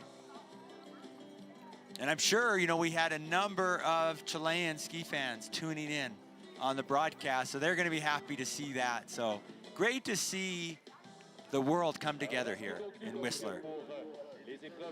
So looking at the standings from the junior men's Mass Star Classic race, Matthias Holbach in first, a world champion. And look at those times from 3rd to 10th, just that fight for that bronze medal. Oh, that was, yeah, how that came together in that final lap. I did not see that coming, and then all of a sudden, Rantala of Finland pushing the pace. They came all back together, and Kollerud just saving enough energy to have a sprint at the end. Anton Grahn, 26th. He was our sprint champion, the 6'7" athlete from Sweden. Luke Allen, the Canadian, trains with the Thunder Bay folks, goes to Dartmouth University in the US. Adria Krafton from Stillwater, Minnesota. Raleigh Tart with his first World Junior Championships, and as Eric said, he's got 3 more championships ahead of him. So again, just gaining experience as he's got a lot more international racing ahead of him as a junior. Max Cluck in there from Bridger Ski Foundation in Montana.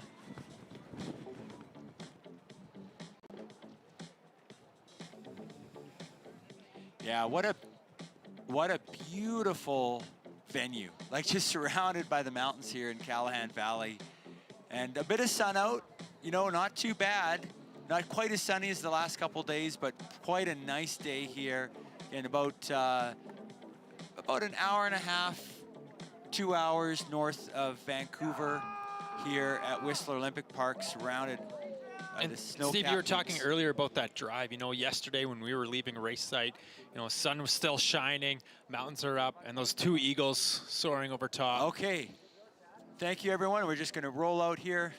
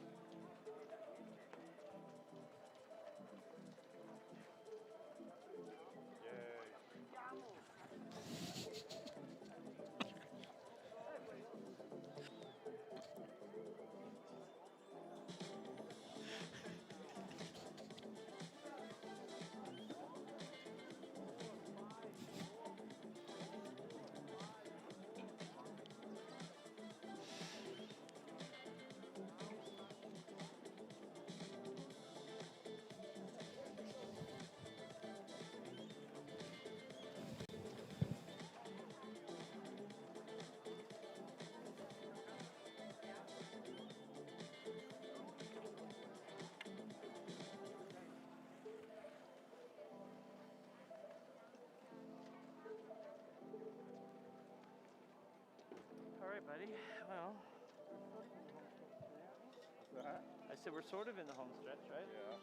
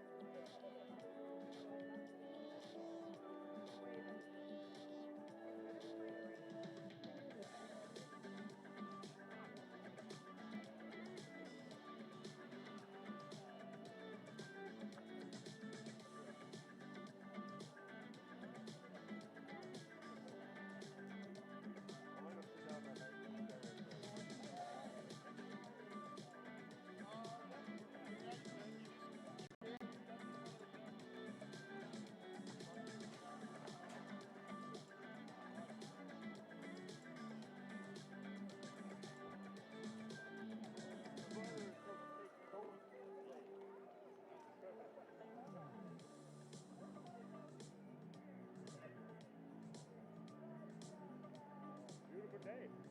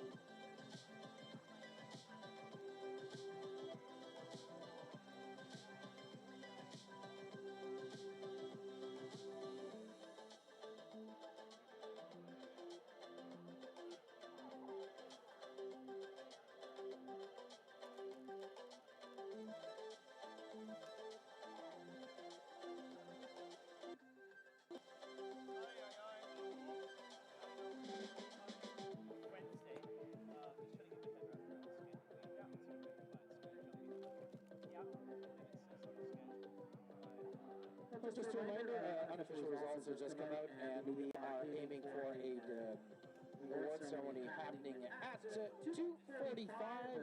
So unofficial results have now been posted and aiming for award ceremony at 2:45.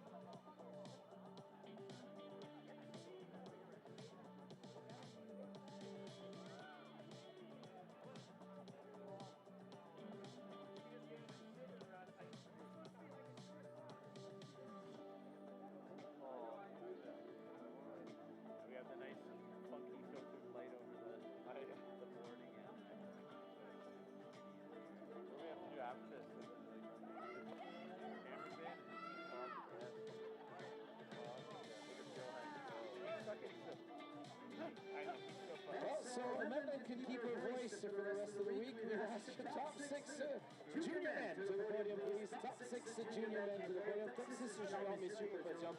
S'il vous plaît. Thank you. Dankeschön.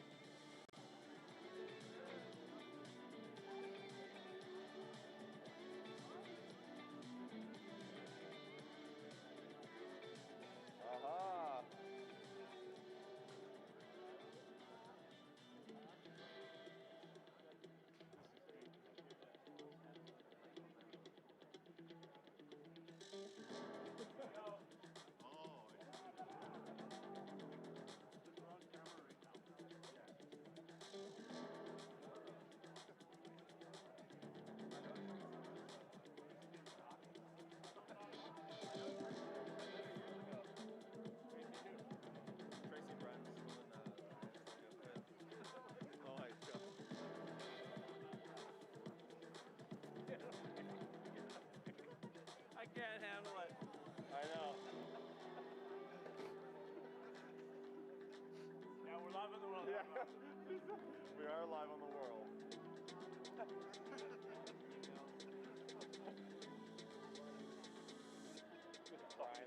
Ryan Payne, Goody Paul. Did I just go through? Yeah.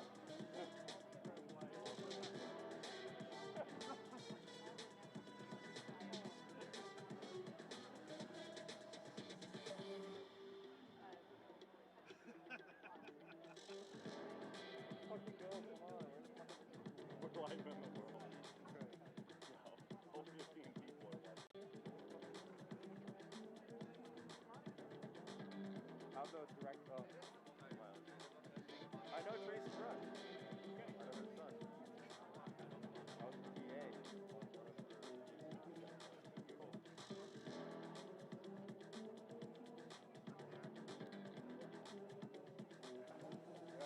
pretty mellow. She's like 8 till 11 and then 2 to 4 on the first day.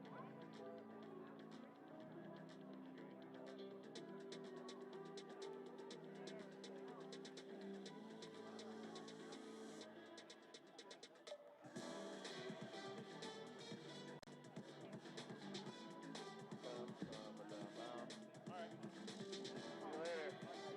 Bye, Ryan.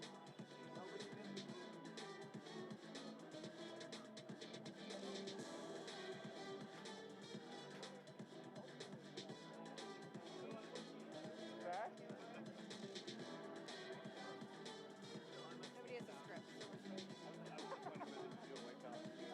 I'm at 5,500. What are you at? 5,500. Really? But I usually leave it at 56 unless it's like early morning like this morning. They have a little bit of paint ability in there, so.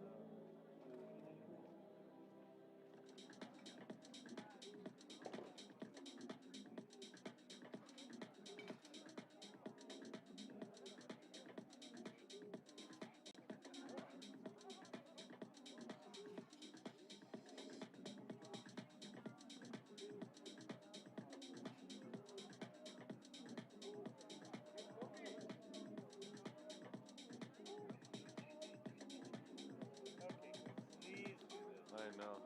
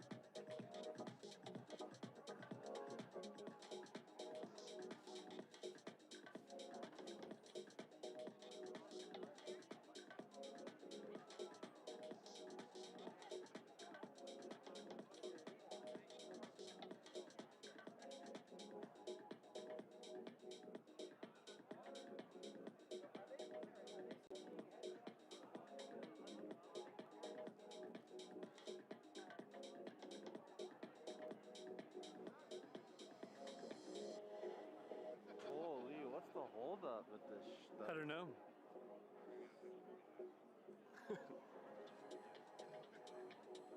Did you guys have your directors meeting? Not yet. Department heads? Yeah. Not, did you have it yet? No, not really. We're missing one athlete. Like, This guy's holding up the whole show, this one guy.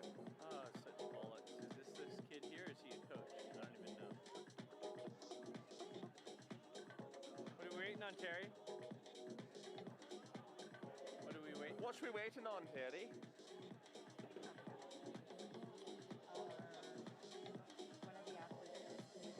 Oh. So it's to the world?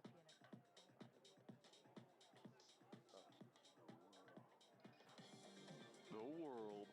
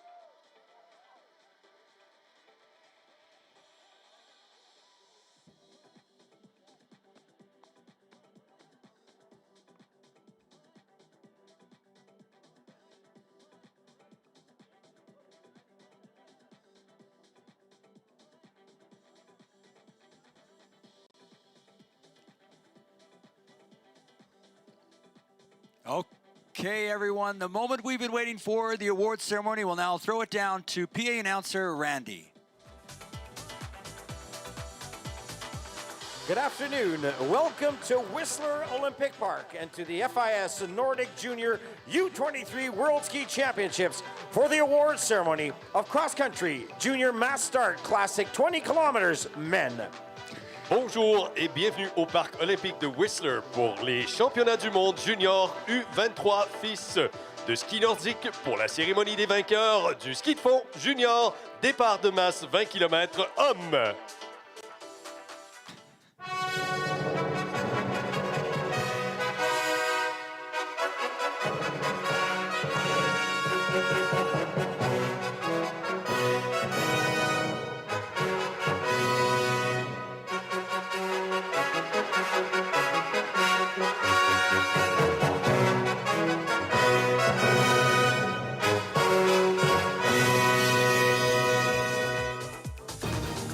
The medals will be presented by Les médailles seront remises par Niklas Karlsson, Deputy Secretary General, FIS. Accompanied by accompagné par Norman Lowley, Chair, Black Tusk Nordic Events Society. In sixth place, representing Germany, en 6e place, représentant l'Allemagne, Simon Young.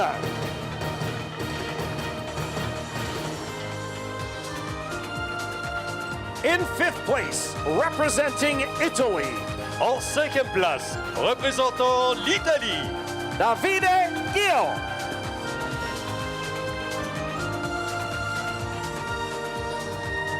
In fourth place, representing Germany, en 4e place, représentant l'Allemagne, Elias Keke.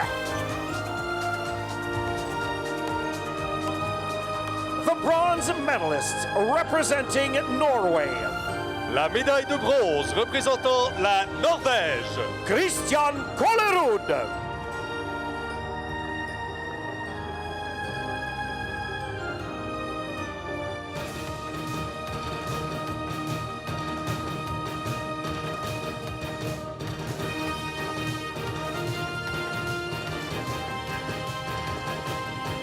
The silver medalist representing Finland, la médaille d'argent représentant la Finlande, Mikko Antola.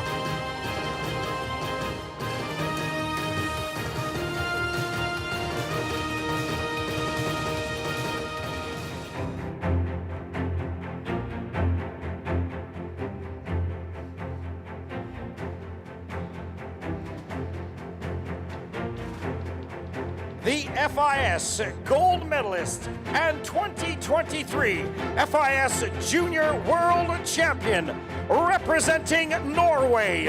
Votre médaillé d'or et champion du monde 2023 représentant la Norvège, Mathias Holbeck.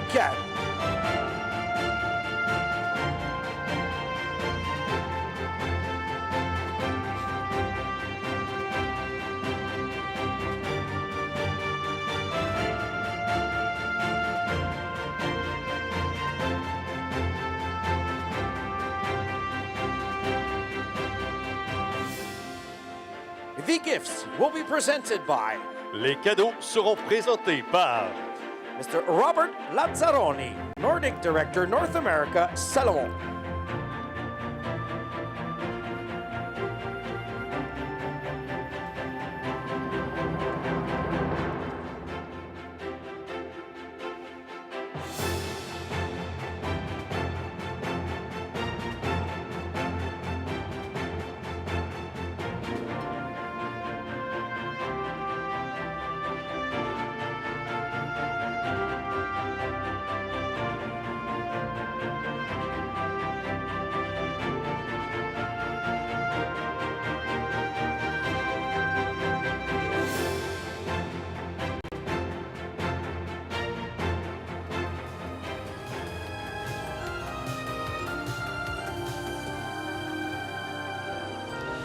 And now, ladies and gentlemen, in honor of our world champion, let's hear the national anthem of Norway. en l'honneur de notre champion du monde, l'hymne national de la Norvège.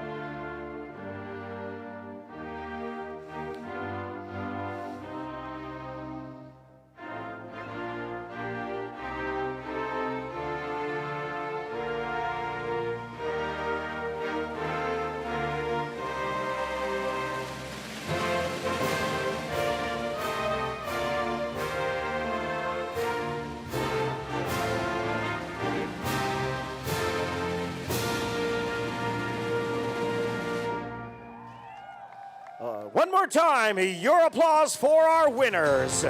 De nouveau, vos applaudissements pour nos gagnants.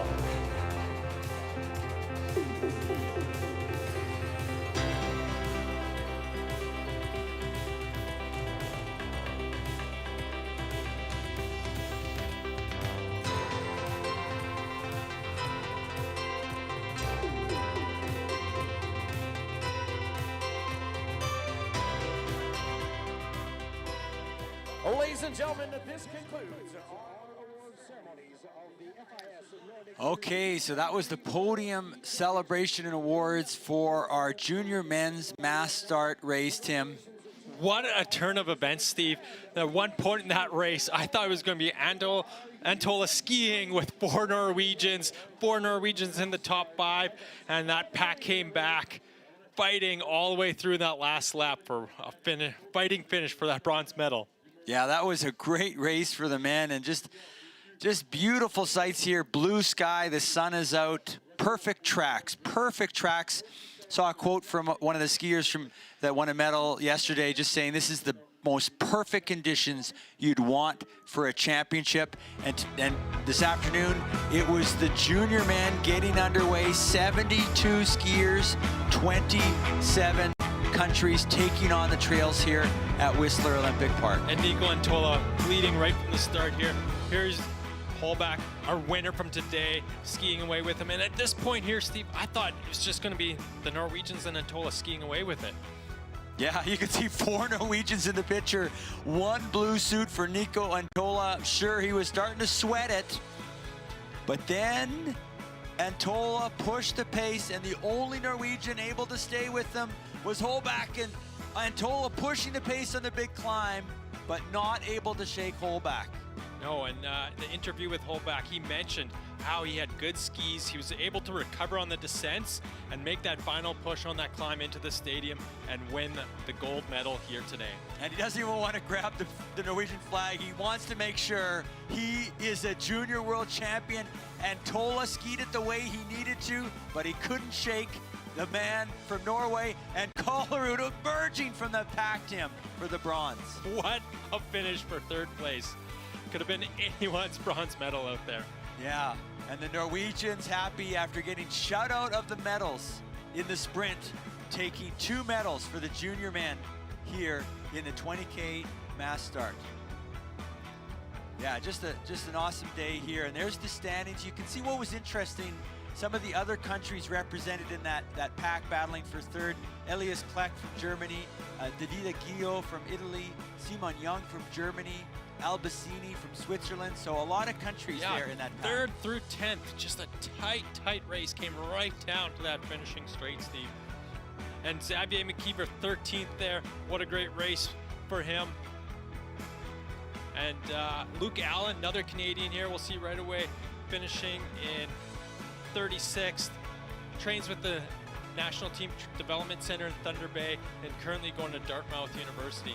See Luke O'Reilly there, the top American. Adrian Krasson up there, 41st, Jack Lang. And then Tim, 47th, the Canadian. Yeah, Raleigh Tart from Kimberley, BC, the young gun.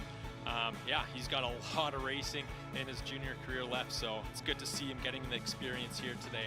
Max Cluck, the American, with Bridger Ski Foundation. Logan Duncan, the British athlete with that great great British program. And then some of the Chinese Taipei and Chilean athletes, first time ever at a World Junior Championship. Very young team. They completing the race here today at Whistler Olympic Park. And Steve, some amazing racing today.